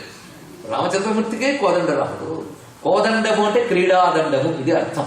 ఒక ఆట వస్తువులా వాడుకుంటున్నాడు. అంత అలవోకగా చూపిస్తున్నాడు మహానుభావుడు. దానికి సంధించి ప్రయోగిస్తున్నాడు. అసురులు మలమల మాడిపోతున్నట్ట బాణాగ్నికి. ఏమిటా ప్రతాపం చూసింది సీతమ్మ. ఆశ్చర్య చిత్రాలు అవుతుంది. ఏమిటాయన? నేను చూసిన సౌమ్యరాముడా, భటుడన భీముడత్తగర బాంధవుడు, ఉజ్వల బాణతూణ కోదండ కళా ప్రచండ భుజ తాండవ కీర్తికి రామమూర్తికి రెండవ సాటి దైవమిక లేడనుచు గడగట్టి వేరికా డాండన దంపుల జాండము నిండ మత్త వేరండము నెక్కి చాటదెను దశరథి కరుణాపయుడి. ఆ బండల భీమమూర్తిని చూసింది ఆ తల్లి. ఒక్కసారి మొత్తం అసురు సంహారం చేసి ధనస్సు ఇలా నిలబెట్టి నడుమి చేయవేసుకుని నవ్వుతున్నట్టు. ఏ ఆన్సట్లేదే. కొందరు యుద్ధం చేసి వచ్చా కొంతసేపు మాట్లాడడానికి భయం వేస్తుంది, సీరియస్కుంటారు. ఈయన అలా నవ్వుతున్నట్ట. వెంటనే సీతమ్మ పరుగునొచ్చి ఆనాడిప్పుడో వరమాల వేసిందిట, ఇప్పుడు ప్రేమతో కరమాల వేసింది. ఆయనకి రెండు చేతులు తన ఆయుధం చేసుకుంది అంటారు తులసీదాసు. అద్భుతంగా వేస్తారు ఇక్కడ. అది గుర్తు చేసుకుని తల్లి జనస్థానంలో అసలు సంహారం భలే చేశాడు. ఆయన చేతకాంతి ఉందయ్యా. అసలు ఆయన రక్షకుడుగా ఉన్న వాళ్ళకి ఆపద ఉంటుందా? మరి ఎందుకు ఉపేక్షిస్తున్నాడో మళ్ళీ అదొకటి. అనగానే అమ్మా మళ్ళీ చెప్తున్నాను కదమ్మా, ప్రాపయిష్యామి శక్రాయ హవ్యం హుతమివానల, నువ్వు ఒప్పుకోవాలి గాని అగ్నిదేవుడు ఆహుతిని తీసుకెళ్ళి ఇంద్రుడికి ఇచ్చినట్టు నేను తీసుకెళ్లి రామచంద్రమూర్తి దగ్గర పెడతాను, చూడు. ఆయన నిన్ను చూడాలని ఎదురు చూస్తున్నాడు తల్లి అక్కడ ప్రశ్రవణగిరిలో. ఒక్కసారి నేను చెప్తున్నాను, నువ్వు నా భుజం మీద కూర్చో, నేను తీసుకెళ్ళి అక్కడ పెడతాను అన్నట్ట. ఒకటే మాట, పైగా మెత్తని భుజం అమ్మాయిది. కూర్చో అంటే వాడొకసారి నవ్విందిటండి. ఎందుకు నవ్వుతుందా అని చూస్తున్నాడు. కథవా అల్పశరీరస్థం మామితో నీత పిచ్చేసి, ఎంత తింటున్నావు, నువ్వు నన్ను తీసుకువెళ్తావని ఒకసారి చూసుకున్నాడు. ఆవేశంలో తను ఎంత ఉన్నాడో అని మర్చిపోయాడు. ఆ పురుషదంశక మాత్రస్థాన్ని అంటున్నాడు కదా చిన్నవాడు, చూసుకున్నాడు. ఎంత పౌరుషం వచ్చిందో, ఇంత తిన్నావు నన్ను తీసుకెళ్ళగలవా హనుమంతుడితో అంటే ఆయనకి ఎంత పౌరుషం వచ్చిందండి. అందుకే కృతం నవం పరిభవం కృతం మనం మాట వేశాడు. కొత్త అవమానం వచ్చినట్టు ఫీల్ అయ్యంట. విశ్వనాథ్ గారు అన్నారు, తల్లివి ఇట్టులంటివి కాను ఊరకుంటినమ్మా అంటారు. వెంటనే ఏమనుకున్నావు, ఈ భుజాల మీద ఎక్కించుకుంటుని రామలక్ష్మణులను రాఘవులను. గొప్పగా ఎక్కాడు. ఈ భుజాల మీద ఎక్కించుకున్నారమ్మా వాళ్ళిద్దరిని కూడా అంటూ, ఇప్పుడు అమ్మకి నమ్మకం కలిగించాలి, నా అసలు స్వరూపం చూపిస్తాను. నేను ఊరికనే పెంచలేదండి, ఉన్న రూపం చూపించట. ఒక్కసారి పెరగడం మొదలుపెట్టాడు. మేరు మందర సంకాశో బభౌ దిక్పానల ప్రభా అగ్రతో వ్యవతస్థిత సీతాయా వానరోత్తమ హరి పర్వత సంకాశ తామ్రవక్త్రో మహాబల వజ్రదక్షనకో భీమో వైదేహీ మిదబ్రవీత్. స్వామివారు ఎలా పెరుగుతున్నారంటే మేరు మందర సంకాశ, మేరు పర్వతం వలె మందర పర్వతం వలె శరీరాన్ని పెంచాడు. మా అగ్నిపుంజంలా జ్వాలలతో పైకిరేస్తున్న స్వామి యొక్క శరీరం, ఉగ్రమైన శరీరాన్ని పెంచి వజ్రదంష్టనకుడై హరి పర్వత సంకాశ, వజ్ర సమానమైనటువంటి నఖములు, గోళ్ళు, దంష్టలు, శరీరం వజ్రకాయం. మొత్తానికి మహావీర విక్రమ బజరంగి కుమతి నివార సుమతి కేసంగి. విక్రమ బజరంగి అంటే వజ్రాంగి, వజ్రాంగి. ఈ వజ్రాంగ బలి బజరంగ బలిగా మారింది. దానికి వజ్రాంగ బలి అయినా మొత్తం శరీరం వజ్రమయం. వజ్రదంష్టో వజ్రనఖో వజ్రకాయో వజ్రరోమో హనుమన్ మంత్రములు వస్తాయి. వజ్రశరీరుడైన హనుమంతుని యొక్క మహోజ్వలమైన రూపం, కాంతిపుంజమైన రూపం గగనమండలం దాకా ఎగసిపోతుంది. అప్పుడు స్వామి యొక్క సర్వ విధములైన ముఖములు దేవతలకు దర్శనమిస్తున్నాయి. వందే వానర నారసింహ ఖగరాక్రోడాశ్వక్రాంచితం నానాలంకరణం త్రిపంచనయనం దేదీప్యమానం రుచా హస్తాబ్జైరచికేట పుస్తక సుధాకుంభం కుశాద్రింఫలం ఖట్వాంగం పడిభూరు గంగసభుజం సర్వారి గర్వాపహం. అటువంటి భవ్యమైన పంచముఖాంజనేయ దివ్య తేజో రూపం దర్శనమిస్తున్నది. మంగళ రూప మంగళ రూప అయ్య హరిమక్కట మత్కట పంచవక్త్ర ఖట్వాంగ మహాశిఖేట కుదరామృత కుంభ శృణి ప్రదీపితోత్తుంగ కరాంబుజాతనవతూయదమూర్తి త్రిపంచనేత్ర సర్వాంగద కంఠహార కరుణాంబుదినం కృపజుగుడు మారుతి అని దేవతందరూ స్తుతిస్తున్నారు. ఆ పంచవదనులు ప్రభాసంగా ఉన్నాయి. తూర్పు వైపు వానర ముఖము, దక్షిణం వైపు నారసింహముఖము, పశ్చిమం వైపు గరుడవదనము, ఉత్తరం వైపు వరాహవదనము, పైన హైగ్రీవ వదనంతో భాసిల్లుతున్నది స్వామి యొక్క రూపము. సజ్జోజాత వామదేవ అఘోర తత్పురుష ఈశాన అనబడే పరమేశ్వరుని పంచవదనములు ఈ పంచరూపములతో గోచరిస్తున్నాయి. ఒక్కొక్క ముఖంలో ఒక్కొక్క శక్తి గోచరిస్తున్నది. వానర ముఖం బలానికి శత్రు సంహారానికి ప్రతీకగా ఉంటూ ఉంటే, సర్వమునికి ఆధిక్యతని చెప్పగలిగేటువంటి రాక్షస శక్తుల్ని నశింపజేసే మహాస్వరూపం నరసింహ రూపంలో గోచరిస్తూ ఉంటే, మహావేగంతో దేన్నైనా అతిక్రమించగలిగే తత్వము విషహర తత్వము. విషహర తత్వము గరుత్మంతుని వదనంలో గోచరిస్తున్నది. అందుకే ఒక్కొక్క వదనం ధ్యానానికి ఒక్క ఫలితం. విషహరం అంటే టాక్సిన్స్, రోగాలను నశింపజేసే శక్తి గరుత్మంతుని వదన ధ్యానంలో మనకు కనబడుతున్నది. అదేవిధంగా స్వామి యొక్క వరాహ వదనం ఉద్ధారణ శక్తిని చూపిస్తుంది. వరాహము అన్నశక్తి, ఉద్ధరణ శక్తి రెండు చూసుకోండి. భూమిని దాల్చినది అన్నప్రదాయక శక్తి, ఉద్ధరించే శక్తి, ఈ రెండు కూడా వరాహవదనంలో గోచరిస్తున్నాయి. అంతేకాదు వరాహవదన ధ్యానం సంపత్కరమని శాస్త్రం చెప్తుంది. పంచవదన ధ్యానంలో ప్రయోజనం. చిట్ట చివరికి పైన హైగ్రీవ్ వదనం, ఇది జ్ఞానస్వరూపము, ఇది దీని యొక్క ప్రయోజనము. ఇలా పంచవదనములతో భాసిల్లుతున్న హనుమ యొక్క దివ్యమంగళ విగ్రహాన్ని పైనుంచి దేవతలు దర్శిస్తున్నారు. చిట్ట చివరికి ఆ తేజస్సు ఏదో కనబడుతుంది. తల్లి ఎలా చూసిందో వాల్మీకి ఇక్కడ వర్ణిస్తున్నారండి. ఒక్కసారి పద్మపత్ర విశాలాక్షి మారుత శౌరసంసుతం తం దృష్ట్వా అచల శంకాశం ఉవాచ జనకాత్మ. ఎంత అందంగా వర్ణిస్తున్నారో. పద్మపత్ర విశాలాక్షి చూసిందిట. చూసేది కళ్ళతోనే కదా. అంటే అసలు పెద్ద పెద్ద కళ్ళు అమ్మవారివి. హనుమంతుడి రూపం చూడగానే ఆశ్చర్యంతో విస్ఫారితమైపోయింది, తీర్థలయ్యి. అందుకు ఆ కళ్ళను అంత వర్ణించారు. చూసినది. స్వామి ఉపసంహరించవయ్యా ఈ మహారూపాన్ని. ఇక్కడ పరాశర సంహిత అమ్మవారు చేసిన హనుమత్ స్తుతిని చెప్తోంది. నమస్తే లోకనాథాయ సీతాశోకాపహారిణి, నమస్తే దేవదేవేశ, నమస్తే రాక్షసాంతక, నమస్తే వానరాధీశ, నమస్తే వాయునందన, నమస్త్రిమూర్తి వపుషే వేదవేద్యాయ తే నమః. ఆ భవ్యమైన ఉజ్వలమైన రూపంతో స్వామి ప్రకాశిస్తున్నాడు. అమ్మ ప్రార్థన విని కాస్త తగ్గట్ట ఈ భవ్య ఘట్టంలోనే హనుమ అనుగ్రహం అందరికీ లభించుగాక. ఈ పవిత్రమైనటువంటి ఇందులో ఆ మంత్రమూర్తిని ఆవిష్కరిస్తున్నాడు.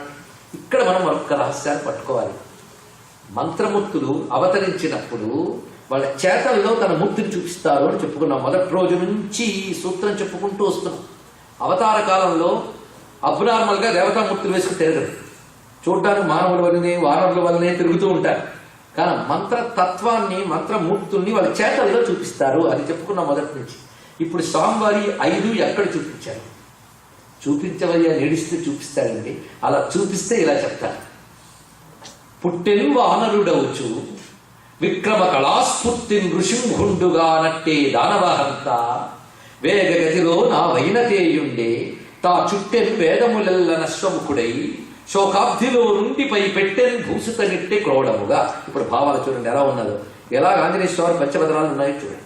ఎంత దుఃఖపడితే కనపడతారు తెలుసా? దుఃఖపడితే అంటే తపన పడితే, వేదన పడితే. అలా వేదన పడితే రామచంద్ర ప్రభుగా లో సాక్షాత్కరించే ఒక పద్యం ఇది. పుట్టెను వానరుడవచ్చు, పుట్టుకతోనే వానరుడు కనుక వానరదనం ఉంది. విక్రమ కళాస్ఫూర్తి నృసింహుండుగా నట్టే దానవహంత. నరసింహస్వామి అసుర సంహారం చేశారు. ఇప్పుడు తర్వాత చేయబోతున్నాడు స్వామివారు కనుక నరసింహతత్వం చూపిస్తున్నారు. వేగ గతిలో ఆ వైనతేయుణ్ణి, వైనతేయ సమోజవే అని వాల్మీకి చెప్తున్నాడు. ఆ వేగంలో గత్మంతుడు కనిపిస్తున్నది. 4వ ముఖం ఏంటి? మన అశ్వముఖం, హయగ్రీవ ముఖం చూద్దాం. హయగ్రీవ ముఖం ఏమిటి? తా చుట్టెన్ వేదములల్లా అశ్వముఖుడై. మొదటి నుండి చెప్పుకుంటున్న సర్వ వేదముల్లో జ్ఞానముల్లో మహాపండితుడు జ్ఞానస్వరూపుడని హయగ్రీవుడు. అటువంటి వేద విద్యా జ్ఞాన స్వరూపం కనుక హయగ్రీవ వదనం జ్ఞానాన్ని చెప్తున్నది. ఇక వరాహవదనం. వరాహవదనం ఏం చేసింది? సముద్రంలో మునిగిపోయిన భూమిని ఉద్ధరించిన వరాహస్వామి, శోక సముద్రంలో మునిగిన భూమి పుత్రికను ఉద్ధరించిన వాడు ఈ స్వామి. ఇప్పుడు చెప్పండి, పంచముఖాలు రామాయణంలో ఉన్నాయా లేదా? అదే దేవతలు అంటే ఏమిటి, వాళ్ళ శక్తులు అంటే ఏమిటో మనం పరిశీలించకుండా అవేవో రూపాలు అనుకుని అవేవో లోకాల్లో ఉన్నాయని అనుకుంటున్నాం. ఒక శక్తికి సాకారం ఇచ్చి ఉపాసన చేస్తే ఉపాసకుడు నా శక్తి అనుగ్రహిస్తున్నది. ఇది పెద్ద విశేషము. గ్రహించాయి కదా? అందుకు పుట్టెను వానరుడవుతూ విక్రమ కళాస్ఫూర్తి నృసింహుండుగా నట్టే దానవహంత, వేగగతిలో నా వైనతేయుండే తా చుట్టెన్ వేదములెల్ల నశ్వముఖుడై, శోకాబ్ధిలో నుండి పై పెట్టెన్ భూసుత నిట్టె క్రోడముగా, ఆభీరోగ్ర పంచాశ్రుడై మెట్టెన్ నాయద నిదు దూత. ఇది స్వామి రామచంద్ర ప్రభు. ఇది ఆ పద్యంలో దగ్గర పంచముఖాంజనేయ స్వామి యొక్క తత్వాన్ని మనం ఇక్కడ గ్రహిస్తున్నాం. అటువంటి స్వామివారి యొక్క భవ్య స్వరూప సాక్షాత్కారం జరిగి తిరిగి స్వామి మామూలు వాడే ఇప్పుడు ఏమంటావమ్మా అన్నాడు. ఇప్పుడు చెప్తున్నాను, ఇంత మహాప్రతాపవంతుడివే నీ భుజం ఎక్కి నేను రాగలనా? రాగలనా? ఈ వేగంతో నువ్వు వెళుతూ ఉంటే నాకు భయం లేదు, ఆ వేగాన్ని నేను నిలవగలనా అన్నాడు. అని ఇంకో మాట చెప్తున్నాను మీరు. భక్తిం పురస్కృత్య రమాధన్యస్య వానర నాహం స్పృష్టం సతో గాత్రం ఇచ్చేయం వనరోత్తమ. నేటి సమాజానికి శ్లోకం యొక్క లోతు అర్థం కావడం కష్టం. దీని గురించి చాలా చెప్పచ్చు.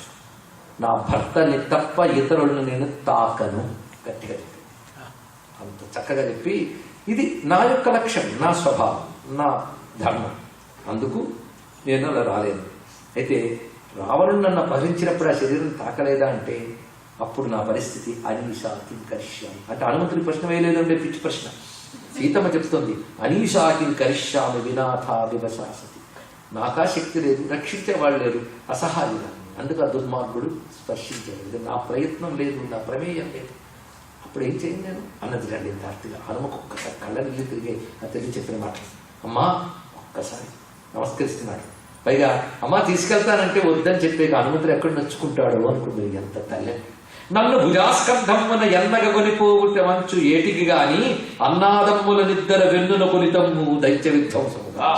నన్ను భుజానికి తీసుకెళ్ళేందుకు వాళ్ళిద్దరిని తొందరపడలేదు అనగానే సీతామువాచ తచ్చుత్వా వాక్యం వాక్య విశారద. మళ్ళీ అంటున్నాడు, అమ్మా ఎంత గొప్పగా మాట్లాడేది. రాముని భార్య ఎలా మాట్లాడాలో అలా మాట్లాడు. నా భుజమెక్కి రావడానికి భయం అన్నావే, స్త్రీ సహజమైన భయాన్ని చూపించినట్టు అన్నావు గాని నువ్వు చెప్పిన రెండో కారణం అన్నదే ద్వితీయ కారణం యచ్చ బ్రవీషి వినయాన్వితే రామాదన్యస్య నార్హామి సంస్పర్శమితి జానకి.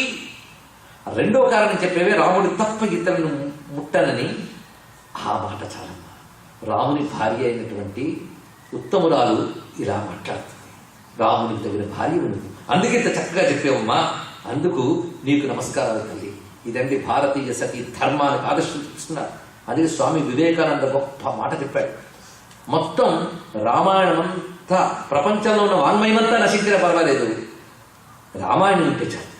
రామాయణం కూడా శిథిలమైన పర్వాలేదు, సీతమ్మ పాత్ర ఒక్కటి ఉంటే చాలు మొత్తం దానవ జాతి తిరిగి పునరుజ్జీవితం అవుతుందని చెప్పాడు స్వామి వివేకానంద. ఎంత లోతుగా ఆలోచించాడే.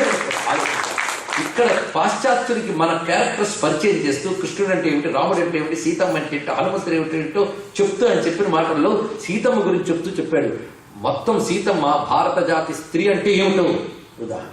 ఇది భారతీయ స్త్రీ, అటువంటి పవిత్రమూర్తి. ఎంత ధైర్యం, ఎంత నమ్మకం, స్వామిపై ఎంత నమ్మకం, తనపై ఎంత ధైర్యం, ఎంత తేజస్సు, ఎంత తపస్సు, ఎంత ధర్మనిష్ట, చెక్కు చెదరనా నిష్ట ఇలా ఉన్నది.